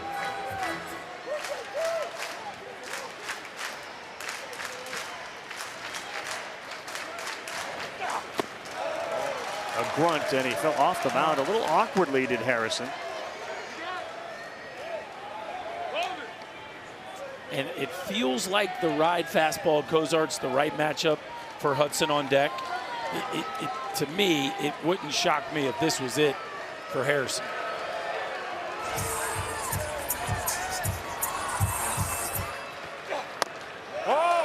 2-2.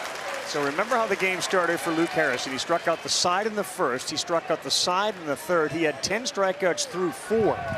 Since then, no strikeouts. The last strikeout victim was the guy at the plate, Wynn.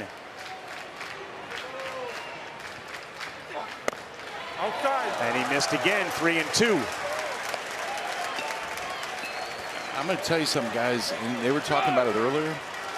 The minute that the batter's eye was not shining, when it turned that color, is when the strikeouts went away. Everything changed. I mean, the shadows were not crazy, but the look from center field was a little bit different than it had been. So you're with me? I'm always with you. What are you talking about? That's my guy. I'm always with you. Well, you guys were feuding a little bit earlier. That was a minor deal. Well, there you go. That is, like you said, KP. It's a totally different look than it was earlier. No more shine on the center field batter's eye. And again, it was weird. The shadows were not out on the field, but there was some reflection on that batter's eye. Not trying to discredit the pitchers, but man, these are two really good offenses. It makes a difference, man. Very uncomfortable. There you go. I mean, look at that. Very bright out there on that batter's eye. The last time that Max Wiener went out to speak to Luke Harrison was in that Oregon series, and he invoked the series Game of Thrones when he said, "I need you to hold the door." And in that show, there's a character, Hodor, like, I need you to just hold the door. There may have been some Game of Thrones conversation there with 2 on, 3-2. I need you again to hold this door. And he said Harrison and Cozart out there are obsessed with the Dragon program. Obsessed with it. We'll see if he's able to hold the door one more time and get Wynn out and maybe turn the ball over to Cozart. It feels like they're going to open the door in the bullpen here. Yes, for sure.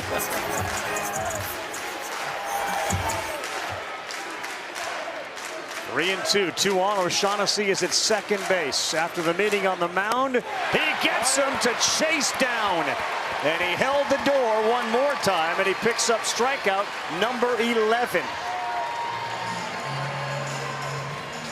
Went back to the breaker ball and threw a really good one right here. And this is a spot that you are thinking strikeout. You got first and second, one out. You want swing and miss, and he went to the swing and miss pitch and got it, went out in front. Breaker ball ended up down to it to get it just underneath the barrel. Well, interesting decision. They leave him in to face the lefty Hudson. All out. First pitch down and away. Well, it's like one of two decisions, Rav. He struggled versus velocity, just hitting 174 versus 94 plus. But on the year, he's much better versus righties than he is versus lefties. So yes, which number do you believe in the most? And they decided to go left on left.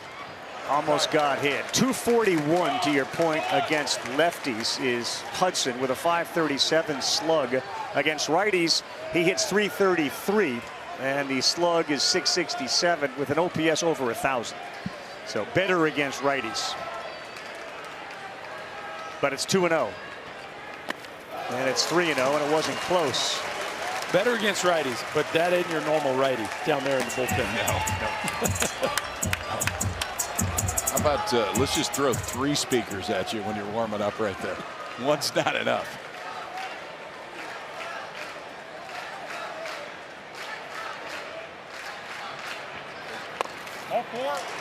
Here comes your righty. To load him up with the walk to Hudson.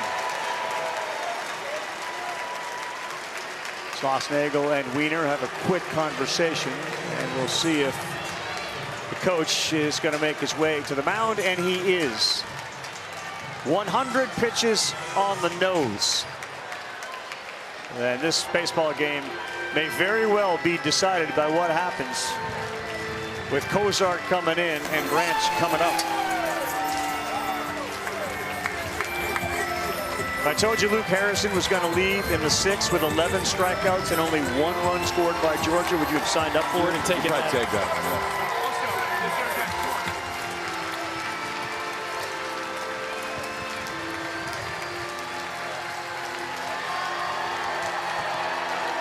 Luke Harrison is out, and the stopper of the year, just a freshman, but man, have we seen freshmen perform on this stage. 22-0 when he comes in to pitch.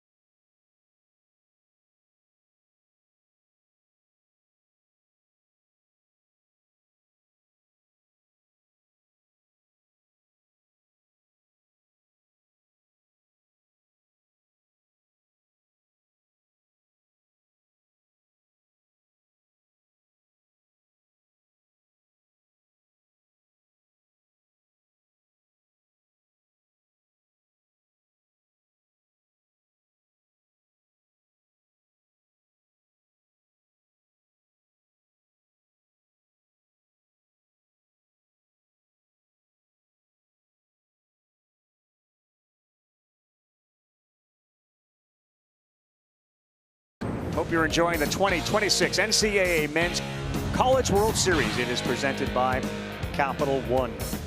Longest river in the United States, the mighty Missouri.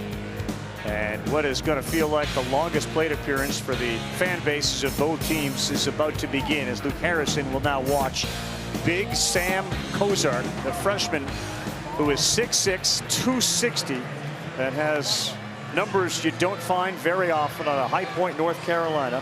71 strikeouts, 12 walks. That's right, 71 and 12 in 49 innings. How about the second lowest ERA in the entire country? The freshman has been outstanding this year. Sam Cozart, mid-90s fastball, 3 different breakables, a cutter, a curveball, and a slider, and a split to go along with it. A sub-1 ERA since the end of March. And this is the first pitch he will throw this year with the bases loaded to Colby Branch, the bunter, who tries to square again and sees 94 near his nose. Interesting. I'm sure we're taking one there, Yeah. but an interesting look there.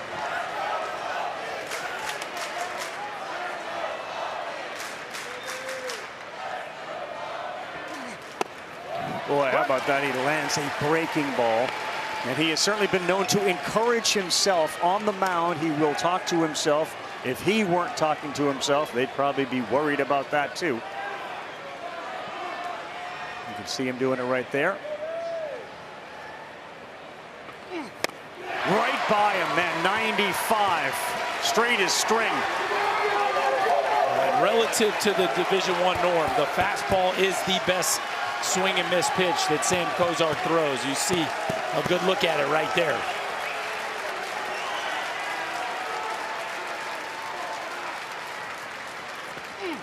He went right down the middle, and Branch was frozen.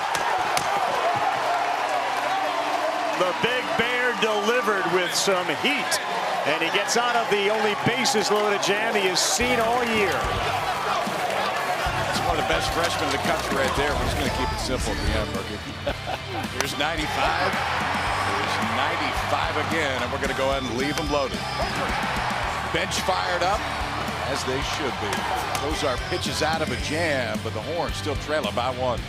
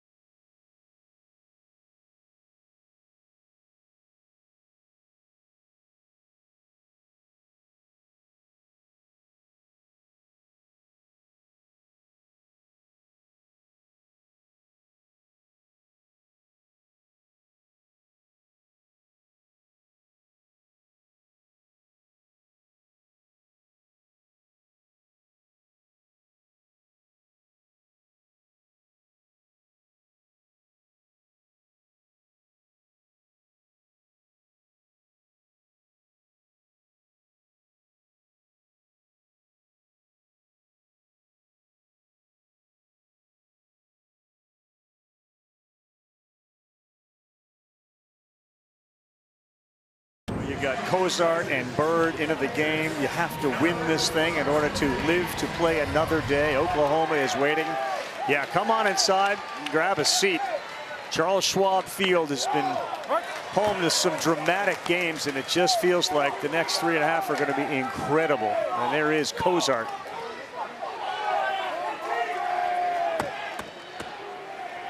He will now lock into his mode as Tinney looks at one outside. 1-1 from Bird.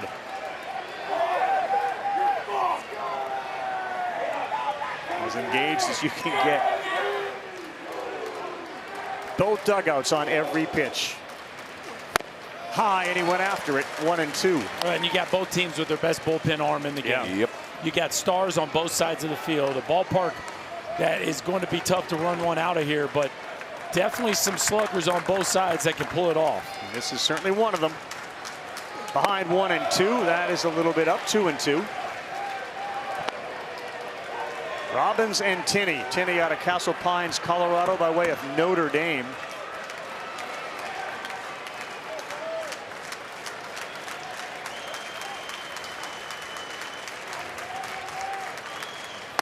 Gone away with one that was up. It's one of those rare sliders that stays up, and hitters have a nightmare trying to make contact. Yeah, so watch Daniel Jackson the pitch before this. They're trying to elevate the fastball, and he wants to make sure the fastball is elevated. Sets up way up.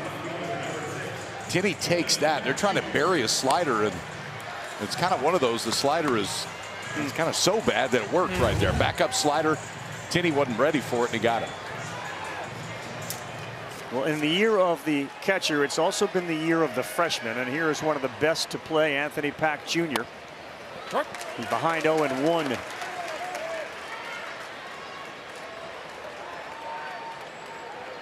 Josh Elander, the Tennessee coach, said he used to see Pack running around at East Cobb. He said he was always able to make a mess of the game in a good way. Off his foot in a bad way. It's 0-2. Well, they have been spinning him to death. It is breaking ball, breaking ball, breaking ball. And whether it's a backdoor breaking ball to get a take or a back foot breaking ball to try to get him to swing over the top of it, he has been incredible all season long. But Georgia has consistently challenged him and won these challenges with breaking balls. What does it say about a kid to have the highest batting average in conference play in that conference? As a freshman? As a freshman. 0-2.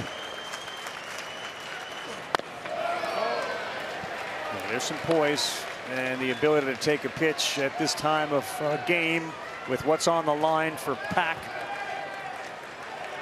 All right, there's the high heater. Here comes the back foot breaking ball. No, he goes out, touches one to left. This one is catchable for Lujo, and he is there as it dies before it gets to the track. And there are 2 down off the end of the bat for Pack Jr. Oklahoma's going to start a freshman tomorrow night. Carolina has some choices to make. Will we see Glauber, who has entered games and not lost once, with 27-0 now? And West Virginia, who feels like the country roads want to keep on rolling here. And they have played with a lot of mojo. This entire building was singing it again today after they got a victory. And it feels like no matter who wins this game, that Final Four, you could argue those are all coin flip ball games. Carolina will not start Glauber. That one is foul back. Veteran left-hander. We talked about that decision. Folger Boaz will go for the Tar Heels. Rest assured, I would assume Mr. Glauber will be ready. Glauber was born ready and has come through every time. That's tomorrow at 2. We got business here.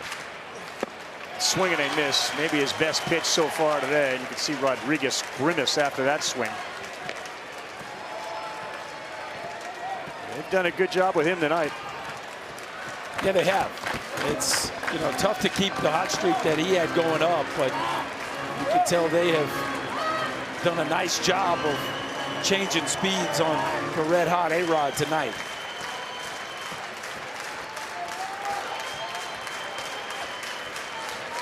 Oh, 2 to A-Rod. Inside, that one is fair, and it's going to get into right. There was no move by Hudson. And he's going to try to take second on a ball that's been bobbled twice out there in right. Black. And the old shoulder out there from Adrian Rodriguez, who took advantage of one bobble. Black then looked up to see if he was really going and bobbled it again. Yeah, he was super deep to start. It was funny because Rodriguez was kind of sort of thinking about it from the jump. As this ball, see Hudson playing close down the line. Rodriguez is thinking about, look, he's full tilt right here. And so Black charges, then he kicks it, then he drops it. And this is just the juice.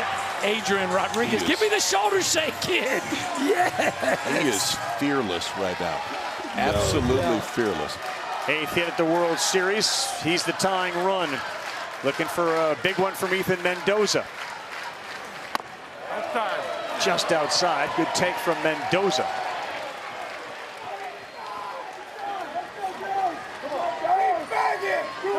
Mendoza, like many, have been banged up all year. Shoulder injury, hand injury. They put a staple in there. They discovered he was allergic to it. They took the staple out, and it's been a struggle on off-speed outside pitches. He swings and misses. But when he makes contact, no pain at all, and that one is out of play. So lately, no pain. Nope, well, he's made a lot of contact lately. A lot of hard contact. These two guys right here, Rodriguez and Mendoza, have been outstanding in Omaha. 13 hits between them. Ishikawa is way off the line and left. Phelps is right on the line at third. He got one to hit. This one is to right. Black is there, still drifting back. He's there to make the play, and I tell you, nobody is more relieved to make that play than Ryan Black after what happened with Rodriguez. They'll strand a runner at second. Ooh, we are all feeling it, but I'm not sure anyone's feeling it more than the drip master himself. Ray Phelps, he'll bat second when we come back to Omaha and the World Series.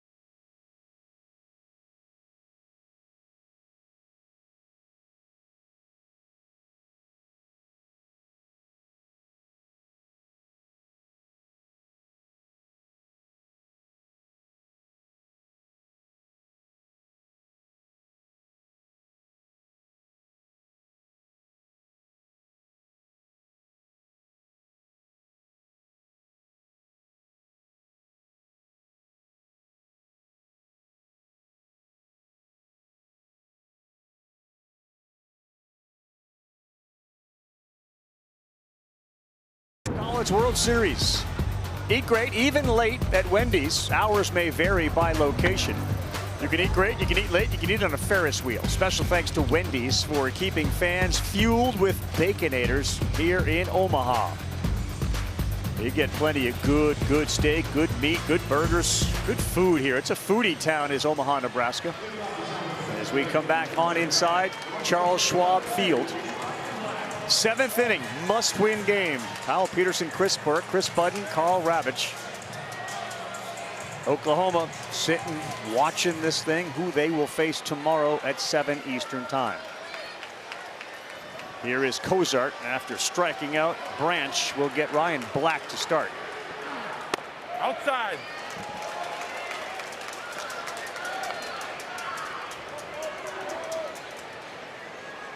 Oh, and 1. You can see the full beard. He was acknowledged to us during the Supers. He had a goatee at 12. So anybody that was an opponent, of course, was like, all right, so he's 16 or 18. You know, we're not.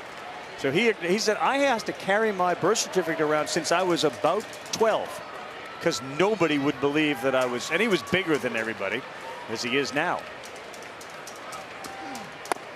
Really good one. Full goat at 12. Yeah. That They didn't have that. That would be hard to believe that he actually was 12.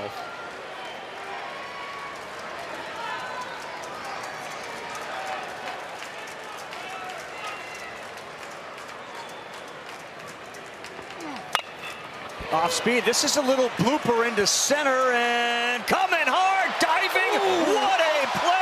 Did Pendergrass have it long enough? Yes, says the second base umpire. What a catch, Darian Pendergrass. The range was incredible. The amount of ground he covered to get to that baseball, but did he finish the catch, you guys?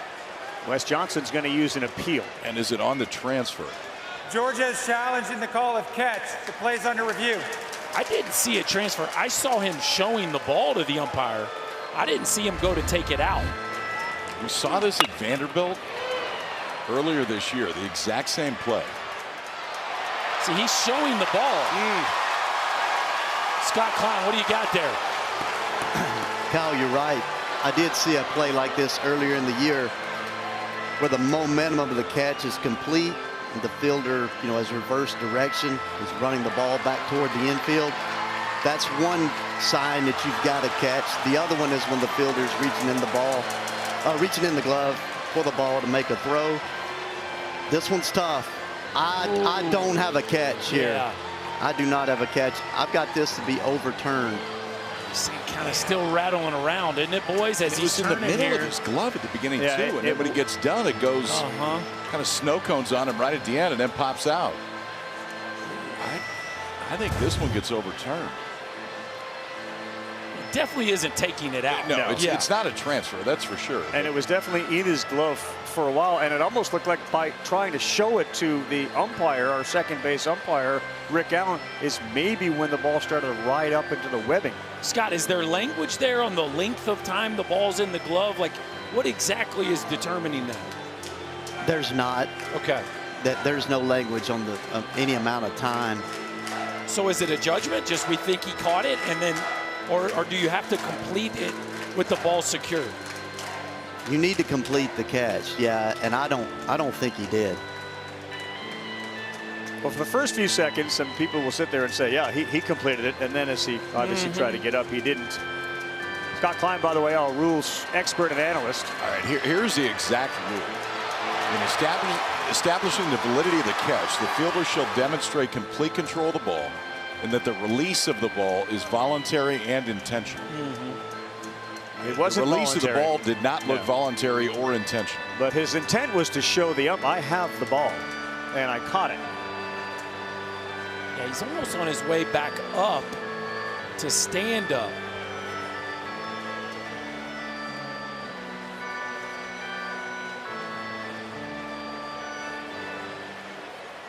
After review, the call has been overturned. It is a no catch.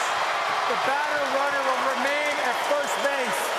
Georgia has one challenge remaining.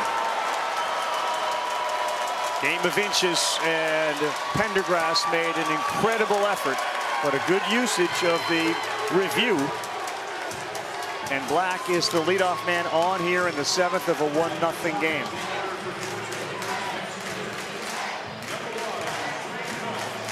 Well, here he comes, Trey Phelps, who's again been in the middle of a lot of stuff tonight for Georgia.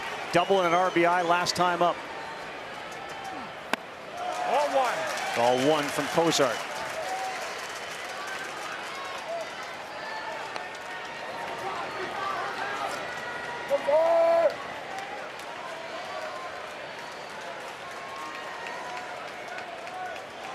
Temo Becerra has moved to the left side of second base. 3 on the left side for the Longhorns. Phelps, and it goes to the right side, and Becerra was shifted. He couldn't get it. It's first and third, nobody out. A slow roller off the bat at 60. And how many times has Jim Schlossnagle told us, I get the shift, but boy, I've been burned by it. I mean, think about what we have here. We have a ball that was caught in center and came out of his glove, and we have a cue ball, a 60-mile-an-hour ground ball that went 8 feet off the ground right there, that ultimately rolls slow enough into right field that Black can go first to third. So now everything's going right for Trey Phelps. Exactly. Here is Jackson, nobody out. 1-0. All one. Inside to him. He took a fastball last night and drove it 447 feet. It feels like it's only a matter of time, June 29th, when he will be announced as the Golden Spikes winner, which will give him a sweep of those awards.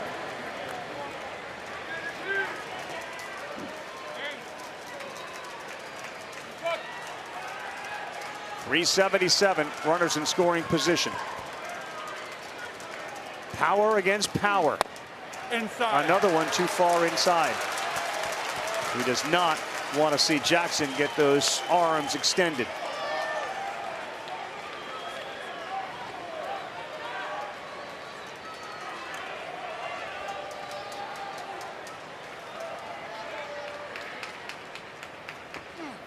Yep, 2-1. 3 straight heaters. I mean, it's 3 in a row, in, and now away. Making it pretty clear how they think they can get the player of the year out. sticking with number 1.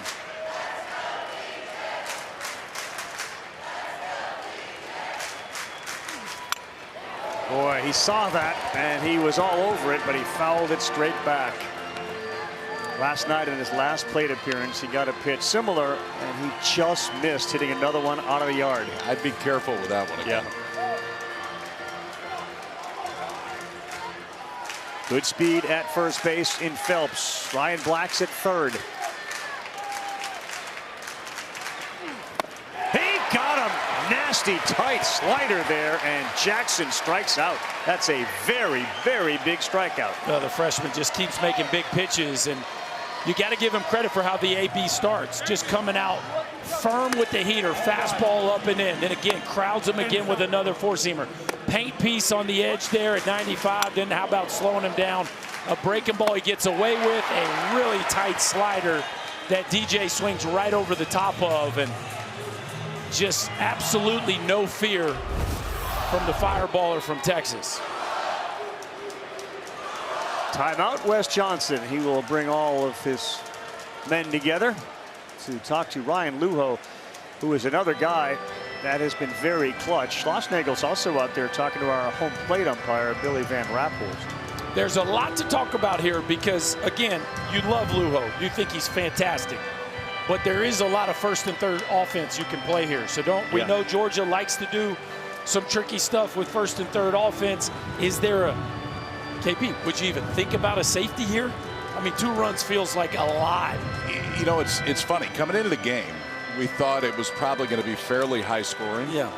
1 more seems like a lot right now. Yes, it does. And I understand they had 2 sack bunts coming in. Yeah. Well, they already had 1 today, and it made a difference. It wouldn't shock me if they do it again, and that may be why Jim Schlossnagel's going out right now. It's not the typical book if you're facing Georgia. Like, you didn't even cover it. Right. That's what they're covering right now. Because the first and third safety is one of the best plays in baseball. The guy's holding the runner on. The first baseman's holding the runner on. You've got the whole right side of the field to push it up the first base line. The runner at third walks in, and you move a runner into scoring position. 2-0 with 2 outs and a runner in scoring position. That's a play you have to talk about defending if you're Texas. And Schloss is breaking it all down for him right now. Well, and unlike a suicide squid, you can't beat it with a pitch up. No. I mean, if it's a ball, you just take it, nobody's moving, everything's fine.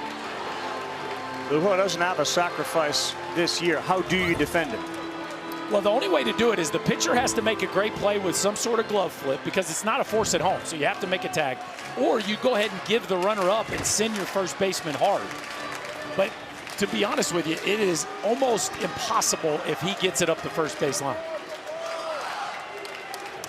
He is big, Cozart. He is a very good athlete. So Luho first and third. This one is up, and it is shallow left field. Rodriguez is out there. Oh, they bang into each other. Here comes the runner from third. Black. He is safe is the call. Safe is the call. What a throw by Rodriguez. And I'm sure Schlossnagel and company will look at it.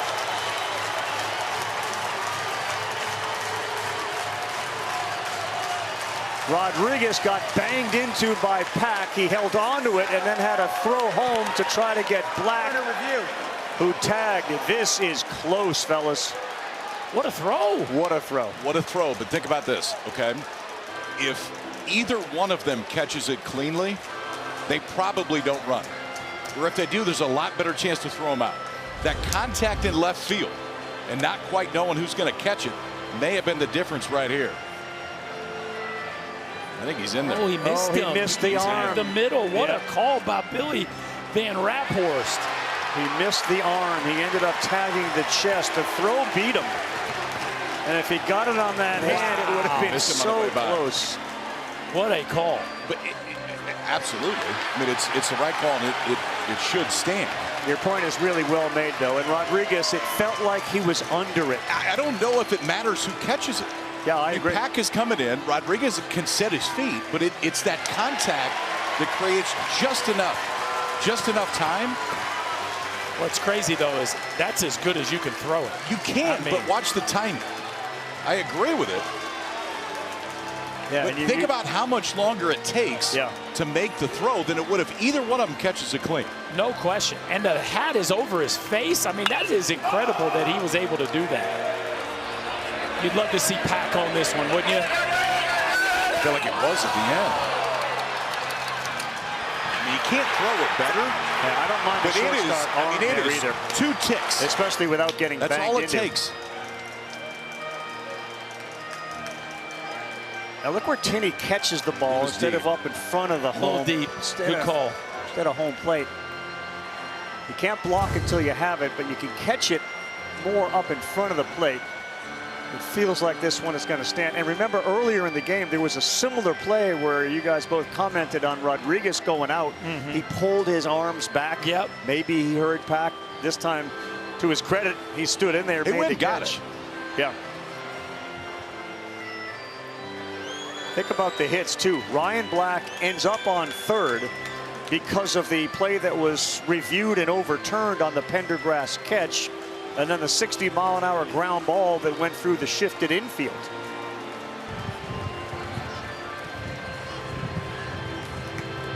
Yeah, there's just 1,000 things to break down on this. First, how about Brock Bennett sending them? I mean, I love it. Like, send them. Make them make a collision catch and throw somebody out at the plate. After review, the call on the field is confirmed. The runner is safe. Texas has no challenges remaining.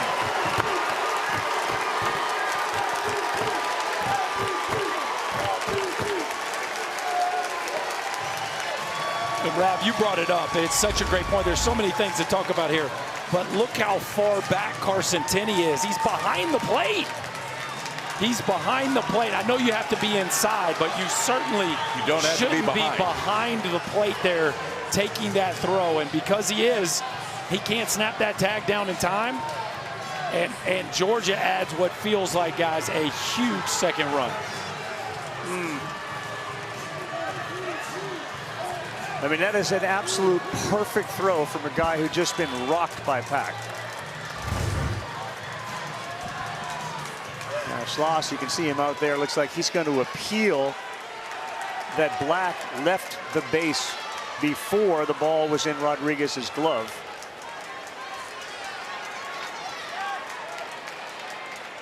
Kozak will put the ball in play and throw over to third.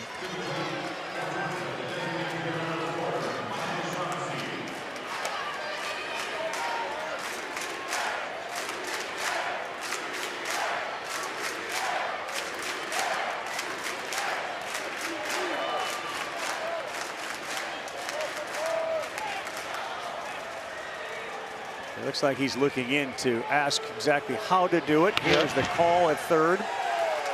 Safe, says our home plate umpire, Billy Van Raphorst. Did not leave early.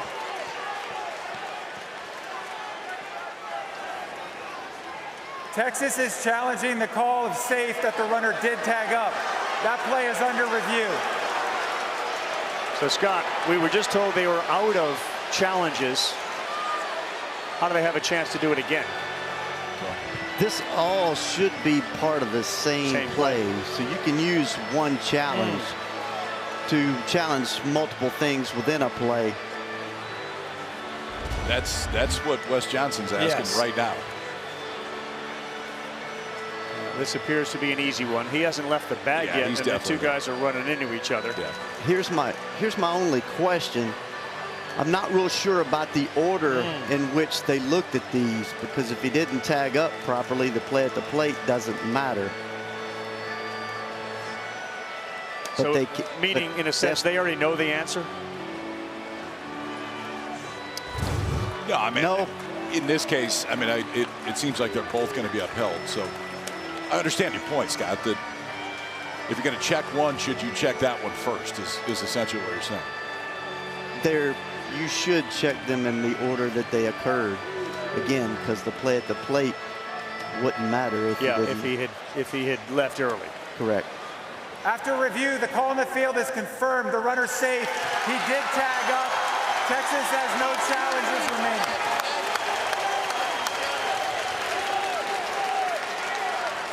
So after all that, they get the run. It is 2-0. And you're going to go back on the anatomy of this inning.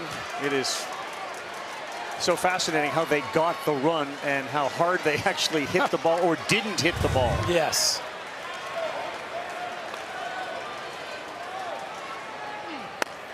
And O'Shaughnessy now up, looks at ball one. Yeah, the anatomy of this inning is Oh pretty my fascinating. goodness. The ball was caught in center, and then it wasn't. A dribbler finds a hole, and now a sac fly to the shortstop. Pack ran into Rodriguez very hard. He went down.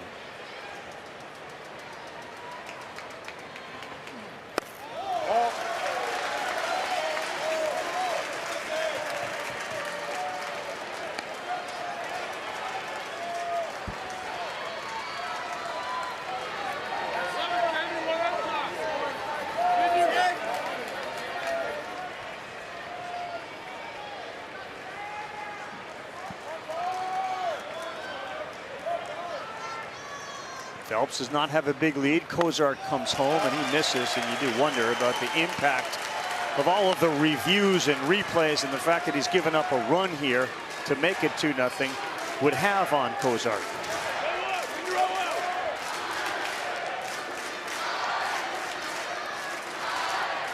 Frustrating inning for Schlossnagle.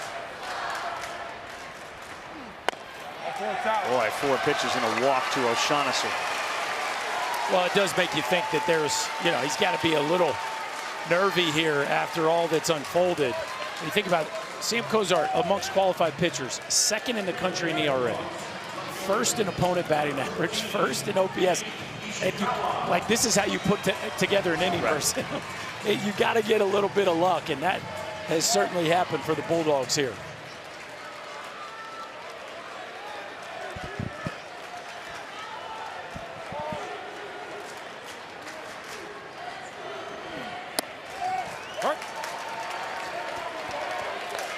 Breaking pitch has been as good a pitch as he's had tonight. He gets ahead of Ishikawa. Again, boy, Kenny Ishikawa seems to come up in spots in which there's a lot of traffic on the bases, especially when Phelps is on, like he seems to be again tonight.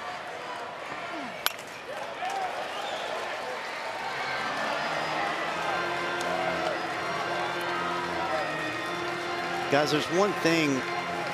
They did have time, and they have to have an appeal before they could review that, so they did do that in the right order. Okay, thank you, Scott. Ishikawa is a .377 hitter with 2 strikes. He is terrific. But Cozart's not your average pitcher. He still gets a bat on the ball. It's a looper, and it is caught on the infield. Ishikawa retired. Think about it, fellas. Trey Phelps, Ryan Black in the middle of that inning. And neither of them hit the ball very hard. Pendergrass had it. I got an out. Oh, no, I don't have an out. I drop it. And then a collision, which caused a delayed throw from Rodriguez, which allowed Black to slide in safe. 2-zip going bottom 7 at the World Series.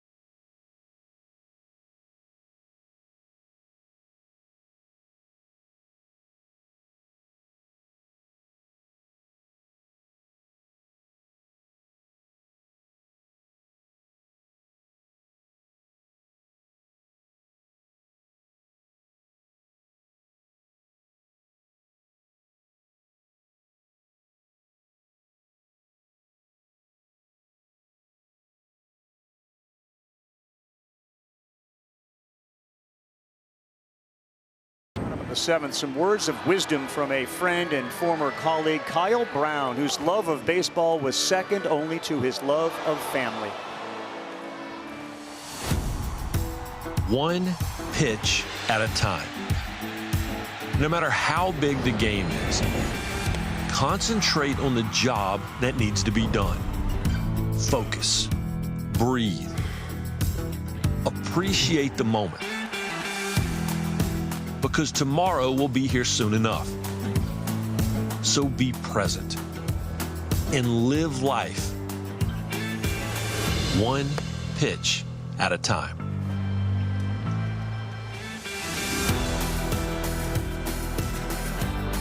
Great advice from a man who loved this sport as much as anybody. Former colleague who passed away at a much too early age. Everybody always has Kyle Brown in his thoughts whenever you're around a baseball diamond, and we are around one of the great baseball diamonds in America. Home of the College World Series, the greatest show on dirt. And man, it has been a wild ride. 2-0, Georgia on top. Texas, the home team tonight. They will bat here in the bottom of the 7th against Justin Bird, who has silenced them since he has come in. First pitch to Becerra, misses. 6, 7, 8, 9 due up here in the bottom of the 7th. The winner will face Oklahoma tomorrow, and they're going to have to beat the Sooners twice to get into the College World Series Finals.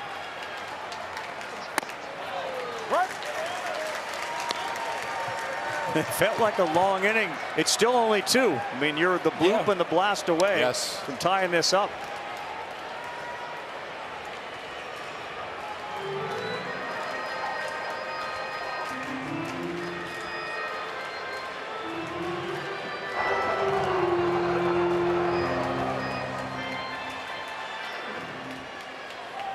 It's a Georgia team that has really flummoxed this very, very strong Texas offense. Becerra and Larson 0 in the World Series. Got one to hit there, puts this one up in the air to left. Ishikawa, he goes from beach ball to baseball, and there's one out. Well, Justin Bird sat for 27 minutes. Didn't seem to bother him. Comes out there and gets a quick leadoff out. This has a little different vibe than the Athens Super Regional did, I think, for the Georgia pitchers. I think they're a little more comfortable in this environment than they were. They're sprinting out to the mound right now instead of sprinting off of it in that one. That Super Regional was the day in which, actually a couple days where it just felt like any ball was in the air was either over the fence or threatening to go over the fence. There weren't many pop-ups on the infield. There weren't many. That was as exciting against Mississippi State of a Super Regional as we've had in a long, long time. A couple football scores. Larson gone 0-2 on that high cheese.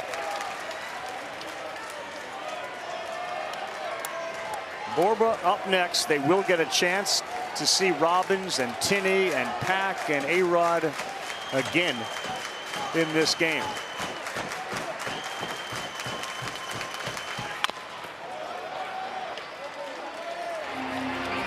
What's the biggest challenge, KP? Because now it looks like Bird has found again the touch on the pitches to wait 27 minutes and come back out.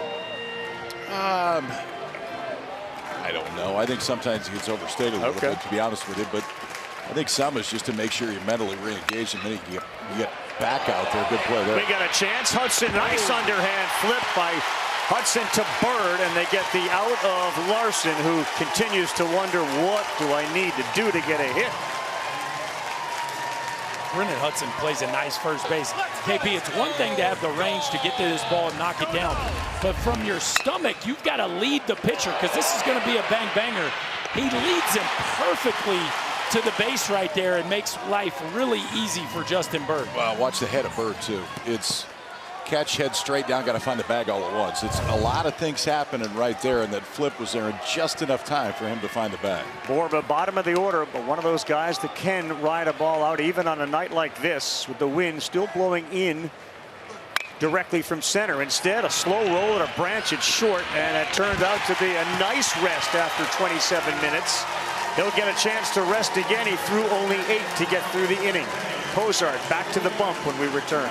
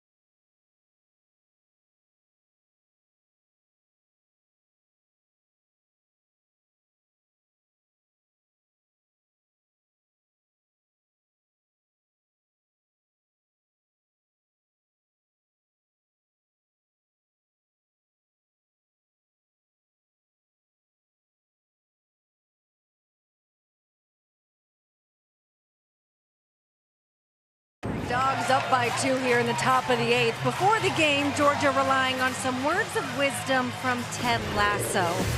This was before the game. The sign "Believe" that if you watch the show is up in the locker room. I asked what it was all about, and they said, listen, elimination game, backs up against the wall. Ted Lasso always told his players, believe in yourself first. We touch the piece of paper as we head in the dugout. I can see that. You got a new season coming out. They do. And also may have told Trey Phelps, goldfish, man. Just be a goldfish. Right. Forget everything that's gone on. Turn the page. Not afraid to rock the Believe sweatshirt. Good numbers when they lead by multiple runs. And you got to go all the way back to May. And it was 2-zip and ended up 14-4. 1 ball, 1 strike. Cozart needs to keep this at 2. They'll get 6, 7, and 8. Wynn, Hudson, and Branch. Wynn has struck out 3 times.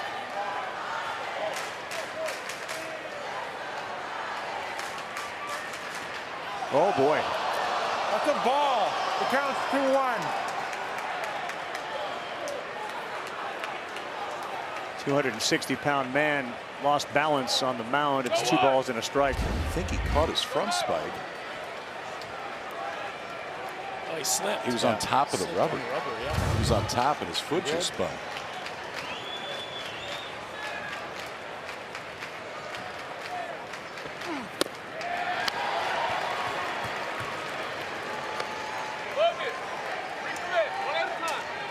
I haven't listened closely enough. Does he grunt on only fastballs or every pitch? There's no way they would miss that. Yeah, I think they'd catch that. I don't know the answer to it, but if it's only fastballs, I think they'd let him know. Well, he does it again there, and it's a strike on the inside corner. That was my point, because Eduardo Perez so good at picking up tells on pitchers. That's too obvious. Yeah, a lot of pitchers do the opposite. They grunt on their changeup just to try to mess with you. And he is just ripping that 4-seamer, KP, and that one is dotted under the hands. That thing arrives in a hurry. Wynn has struck out all 4 times. Here's Hudson. He has walked a couple of times. And takes one right there. It's 0-1. We are fully engaged.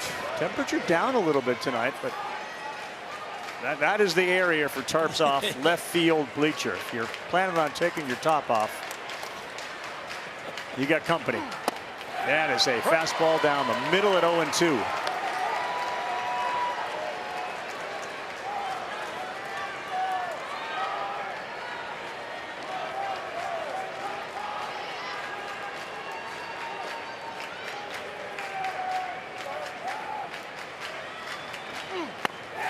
Right there, boy, he is painting 96, and he's doing his job.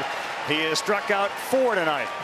It would appear that the Georgia scouting report is you're going to get something off speed, because they are freezing on Cozart fastballs right now. And this is back-to-back 94, 95. This lasted 96, right down the middle. 3 strikeout lookings, all on fastballs. All on fastballs, yeah.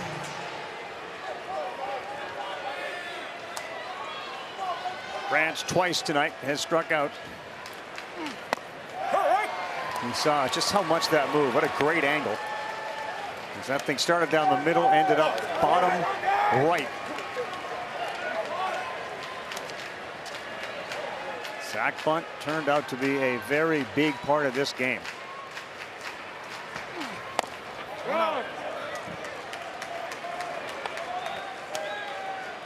He hadn't said that much in the Georgia game this year.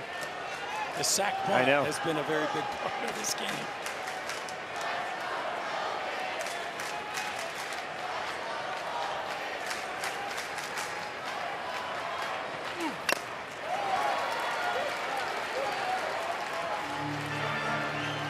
We last saw him in the Oregon Super Regional, where all 4 of his strikeouts against Oregon were actually swinging.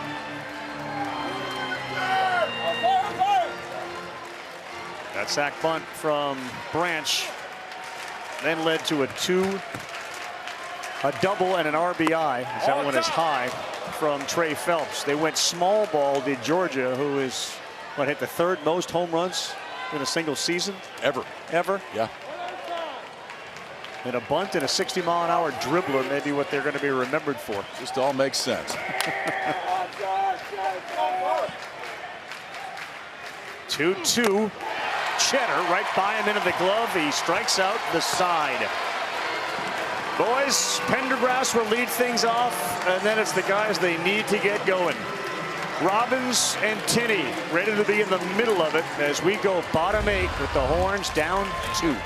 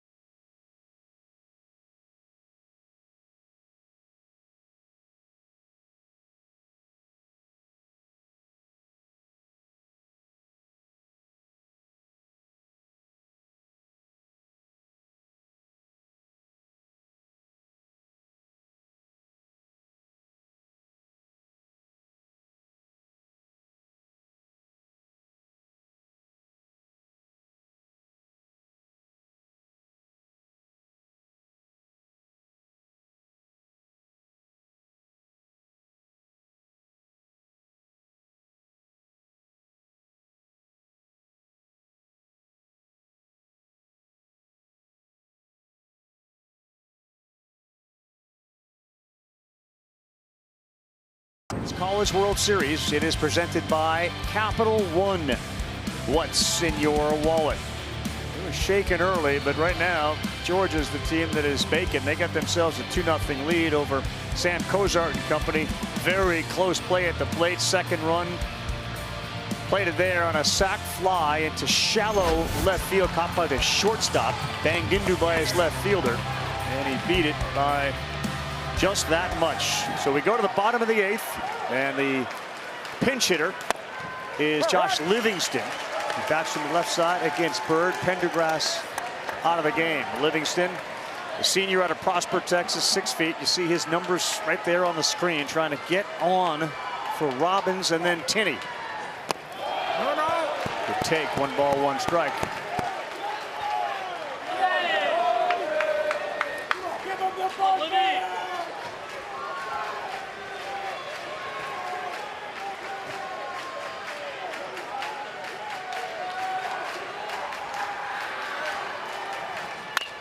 Got one to hit, sends this one to right. Black is going back, and he's there. That was hit hard off of his bat.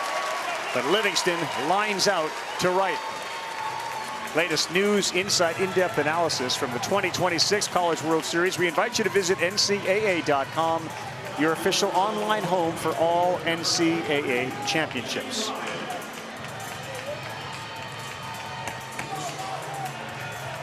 Last time we had 2 shutouts on the same day. Wow, 1973. West Virginia did their job, stayed alive. They won 12-0. Robbins swings right through one. And this feels like, fellas, it may be the time for both these teams. Georgia to get a win and Texas to get theirs. And just like that, Robbins is behind 0-2. That's the one to hit. I haven't seen him swing and miss this much all season as he has And that since he got here. That was an 89-mile-an-hour cutter that was just hanging right in the middle of the plate. 2 strikeouts, a line out, will not chase. Transferred over the summer. He said he and his inner circle decided they wanted to seek other options from Seton Hall, the best baseball that he could play. And he's been a big part of their success. Bird fires, and that's hit hard up the middle, and Robbins got another one up near his eyes, and he delivers his first hit in a while. but it brings Tinney to the plate as the tying run. That's the Aiden Robbins we're used to seeing. Yeah, and it was similar to pitch he swung through, too. It was another cutter, and that one just kind of hung up in the zone. Robbins squared it up at 103, right back up the middle. And Rav, you said it. It feels like if Texas is going to, well, I guess they're in it. They're only down 2 runs. But if Texas is going to make a run at this thing, it feels like it kind of has to happen right now. Yeah.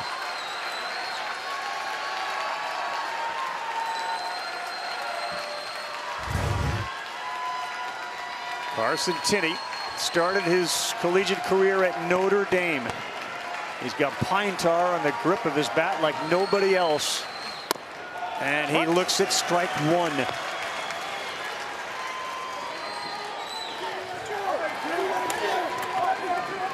Three and 24, and then he exploded for 17 and 22 this season with home run balls. Oh boy, that was a backdoor slider that got a piece of the plate. You don't see that very often. No, that's the one that'll lock you up. Yeah.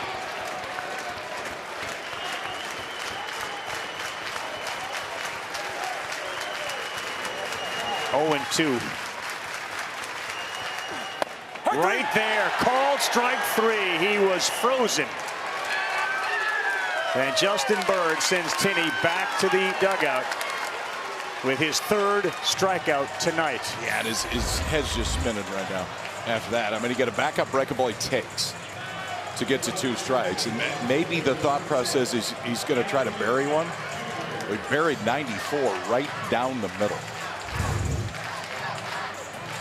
We got a lot of hitters thinking too much right now. We are seeing a lot of fastballs being taken for strike 3.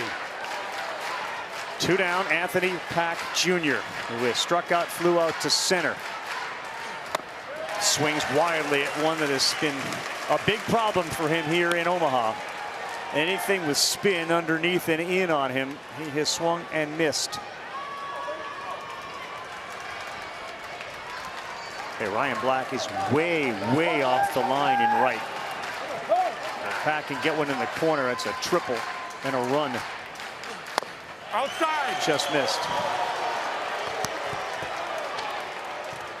He talked about how they've really changed his approach, but the offense, and Georgia was in this situation too until this game, 0 for 9 with runners on, 5 Ks.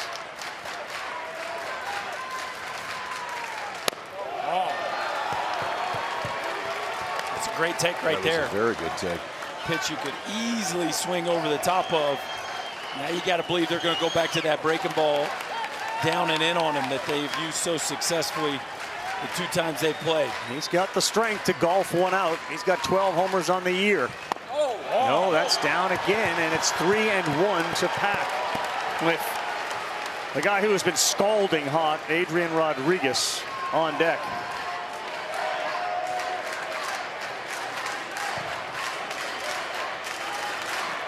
Great drama here at Charles Schwab tonight in this College World Series winner-take-all game. He walks him. Bat goes to the ground, first and second. Well, is there anybody you'd rather have up right now? I don't think so. Not if you're Texas.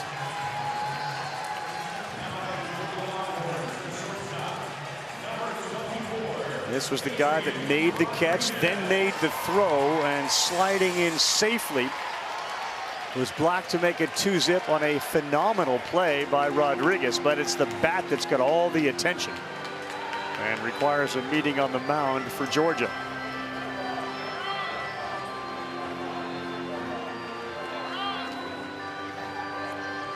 KP, are these usually what do you like best, or is this usually this is what we like best? I think it's a combo of here's what the book says, here's what we did before.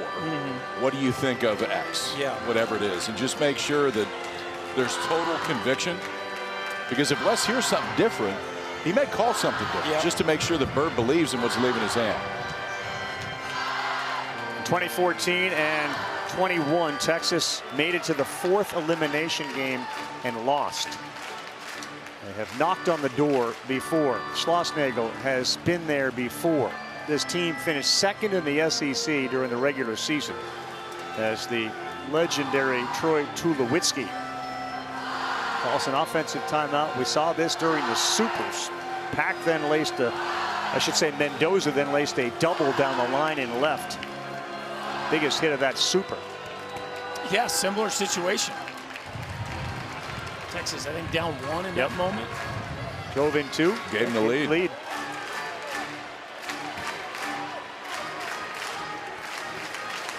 He's been a wrecking ball. 633 in the tournament, which is the highest since 2009. No bigger spot right now for Bird or Rodriguez. Swings at the first one and misses. 82-mile-an-hour slider.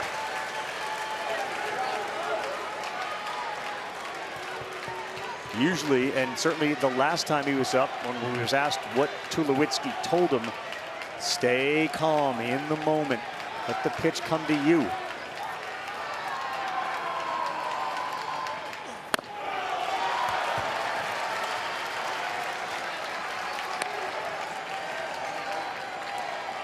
Good speed in Robbins and Pack on the bases at second and first.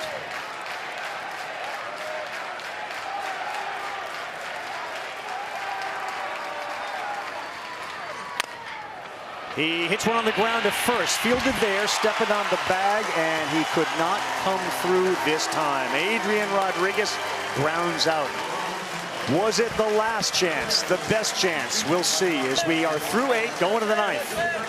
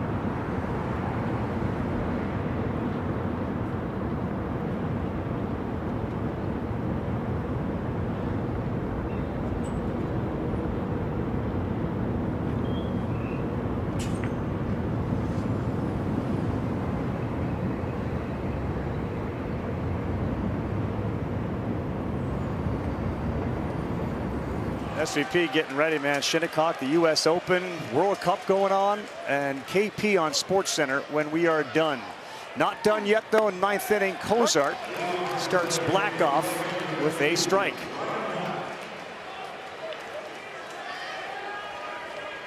Tell you one thing, maybe lost in all the small ball stuff, Justin Bird was phenomenal. He was, and has been. Wes Johnson went to him at the perfect time.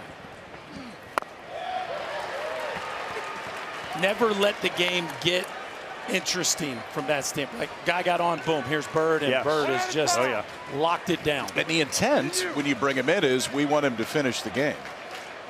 He's 3 outs away from doing that. Maddox Monsoor is playing center field for Texas.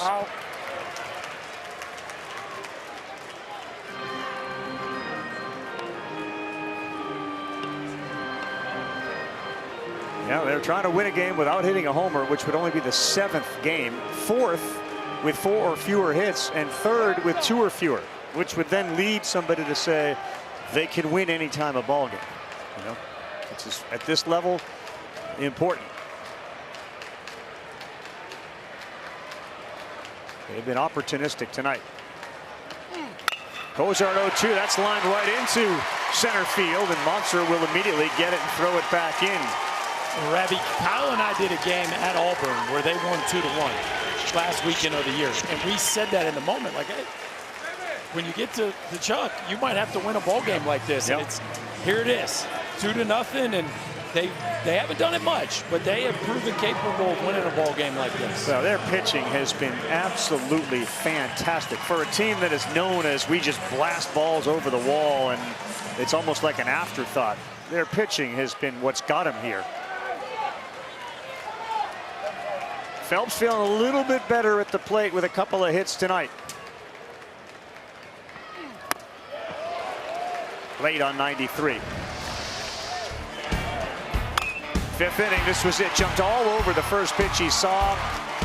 And that double with a swim move got him dancing, and it got them a run. Oh, popped up, and Cozart is there. He made the catch. He had a chance at first. Phelps almost got in the way of it. How about the Big Bear coming off the mound to make the play? That can move a little bit now. Told you he was an athlete. Tremors felt in Omaha. No question.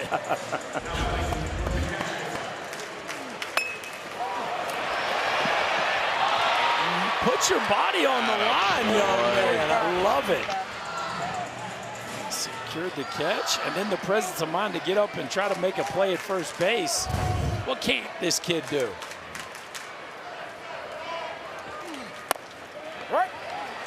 Boy, called strike one there to Daniel Jackson. Not sure he agreed with that. It's been another frustrating night for Jackson, who has walked and otherwise struck out twice. Grounded out to second, still with just the one hit in Omaha, and it was a homer. So the big bats between Georgia and Texas have been neutralized. No question. I mean, neutralized so far.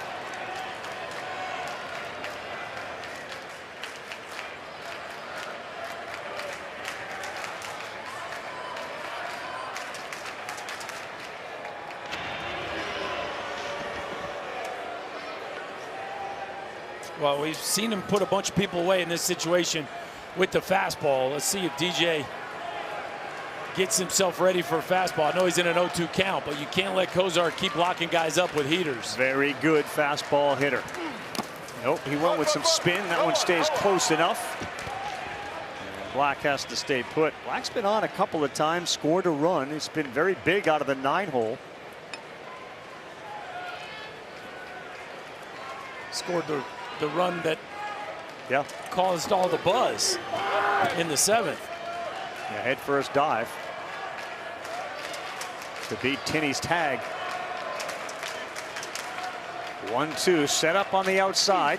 That's where he went. That's where he picks up the strikeout of Daniel Jackson.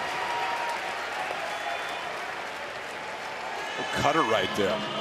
Cozart's been up to 96 with a fastball this time. No, you can see him get around that cutter just enough, and that movement enough to get it off the bat of Daniel Jackson, who's now struck out 3 times tonight.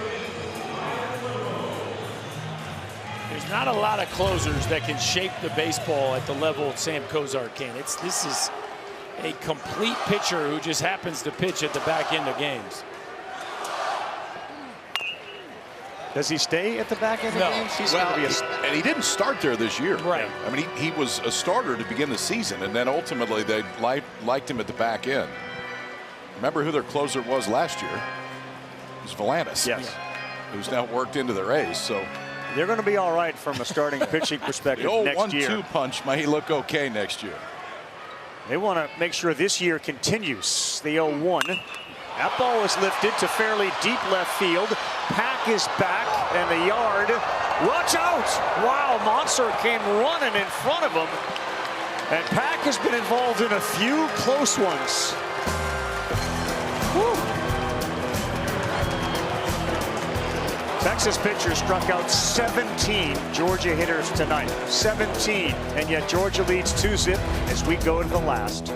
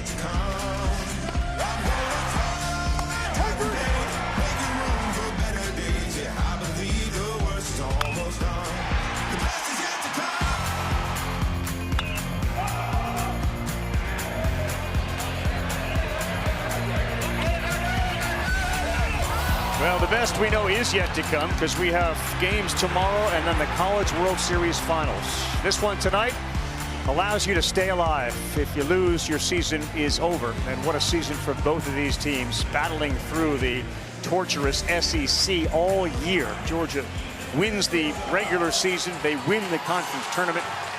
And they get the Longhorns on the rope as we go to the bottom of the ninth. Newman's in center field. Lujo moves to right.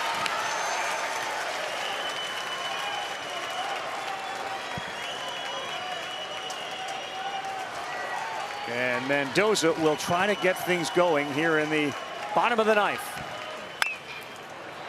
This one is towards the seats, and it's going to get into them.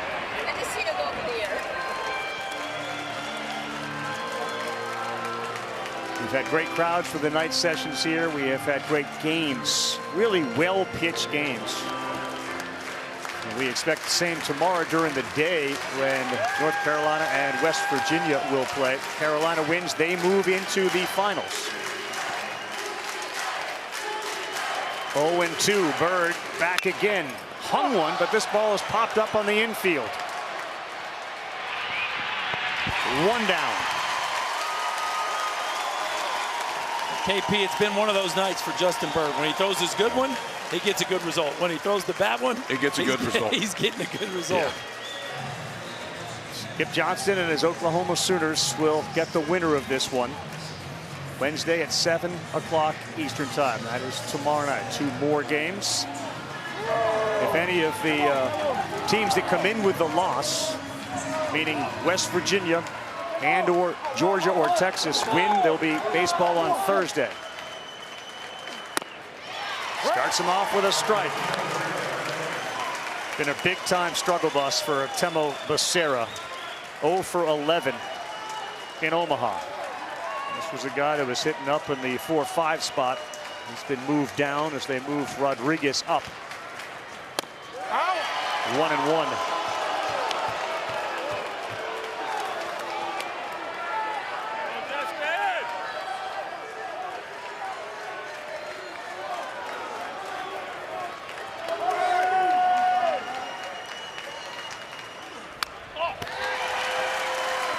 That's been what the Georgia pitchers have really done to Texas tonight. There have been a lot of half swings, sword swings, lack of conviction on fastballs. There have not been a lot of hard hit balls at all, really, on either side tonight. It's been dominated on the mound. For 2 incredible offenses. 1-2 doesn't offer at that. I mean, from an analyst perspective, this has been a great game to be a part of. No question. We kind of like it's so much. Yeah. Justin Bird came on in the 5th inning. Here he is trying to close it in the 9th. This one is to right. Lujo is there. He stands and makes the catch, and they are 1 out away from staying alive. And they all know it.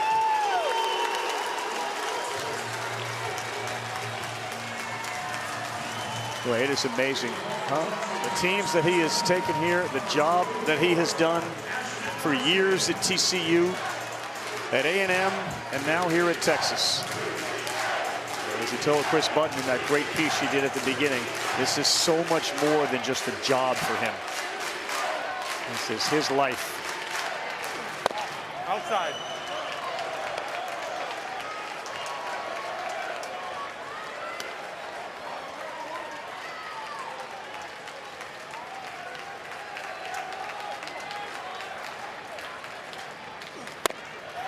What? 1-1 to Larson. Last chance for the Horns.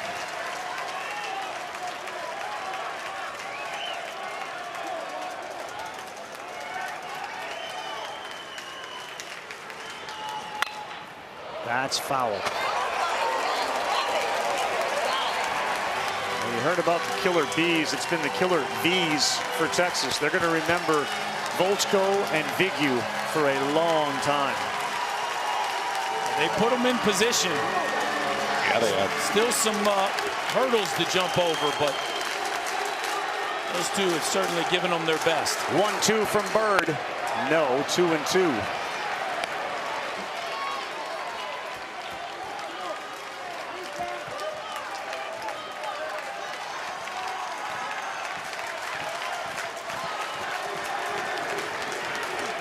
Swing and a miss. The Dogs do it. They survive to live to play another day, winning 2-0 over Texas.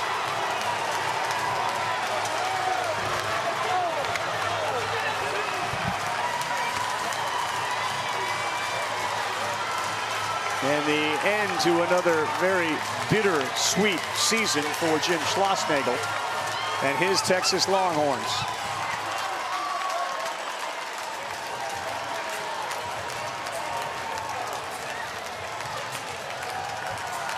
They move into territory they've never been with their 53rd win, which is a program record. The most they've had was in 1990 when they won the national championship.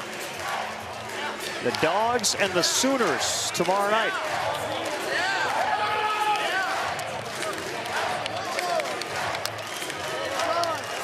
I think it's fascinating. I know we talk a lot about this ballpark, fellas, but man, the script has been flipped. Georgia can win games in which they score 2 runs and they can pitch. They can really pitch. And they don't have to hit the ball in the ballpark, right? And so the defense is better than people gave them credit for all year long. There's power stuff. And when you get them out of a ballpark that plays as offensive as their home field does, it really shines. And tonight, and really this entire event, the pitching has shined. I'll tell you the thing, too. There's not, I don't remember a team that was 2-1 that was better set up from a pitching standpoint than Georgia is right. They've used 4 arms. Now, Bird's going to be down tomorrow. Yeah.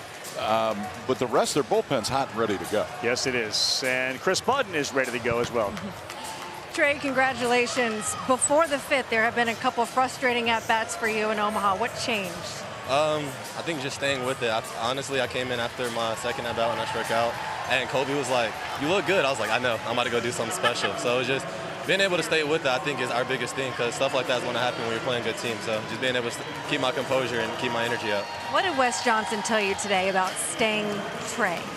Wes came up to me right before my first at-bat. He said, "You know, whether you go 0 for 5, 5 for 5, I don't care what you do. I always love you, and I just want to see you do it and have fun." And kind of just took that today and just have fun no matter what happened. I think most people would look on paper and see Georgia, Texas, we're going to have a scoring affair. What about the job that your pitching has done throughout this week and tonight in Omaha? Yeah, I mean, they've been doing well all postseason. They've been doing a good job of just keeping us in games. They did a great job even yesterday, even though we lost. Aoki did a really good job going the whole game. That was the first time I think we went to the pin all tournament, if I'm not mistaken. So, yeah, they've been doing such a great job and just leaving it on us to get it done in the batter's box. Wes said we just want you guys to have some fun today. We get Sour Power up here. How much more fun are we having now? Oh, yeah, we're about to have a lot more fun. I see the guys are about to start flooding over here. So, Sour Power is probably about to get thrown everywhere. You stand there. I'm going to get out of the way and let everyone. We're coming. Oh, we got more. We got more. Here we go. Here you go. Are you going to try one? Scott's over here eating all of them. Come on, try one. Why not? Let's split it. Let's split it. I think now 2 days in a row that I've had Sour Power. Well done. Appreciate you. Thank you. Boys. I appreciate it. Thank you, Trey. Thank you, Chris Budden. We take a look at our bracket. We are down to the final four of this 2026 Men's College World Series. Carolina, West Virginia gets it started at 2. Oklahoma, Georgia at 7. It's going to be a great day. The Final Four is about as good as you can ask for. I can't really call it. I think we're going to have 2 coin flip games. I'm fired up. That's what makes it so good. Is there's no clear-cut leader right now, and we're going to do it all again tomorrow, boys. The greatest show on dirt is not disappointed. Texas shut out for only the 2nd time all season. And that will do it for us. Don't forget, Scott Van Pelt Sports Center comes up in just a couple of minutes. KP will be live on that show to bring you his thoughts on what we have ahead. For all of us here, my buddy Chris Burke, Kyle Peterson, Chris Budden, congratulations to Wes Johnson and the Dogs. They live for another day. Bill Palladino, Jeff Evers, and our entire crew in the truck. I'm Carl Ravitch saying we'll see you tomorrow at 2. Thanks so much for watching. Here is my buddy SVP.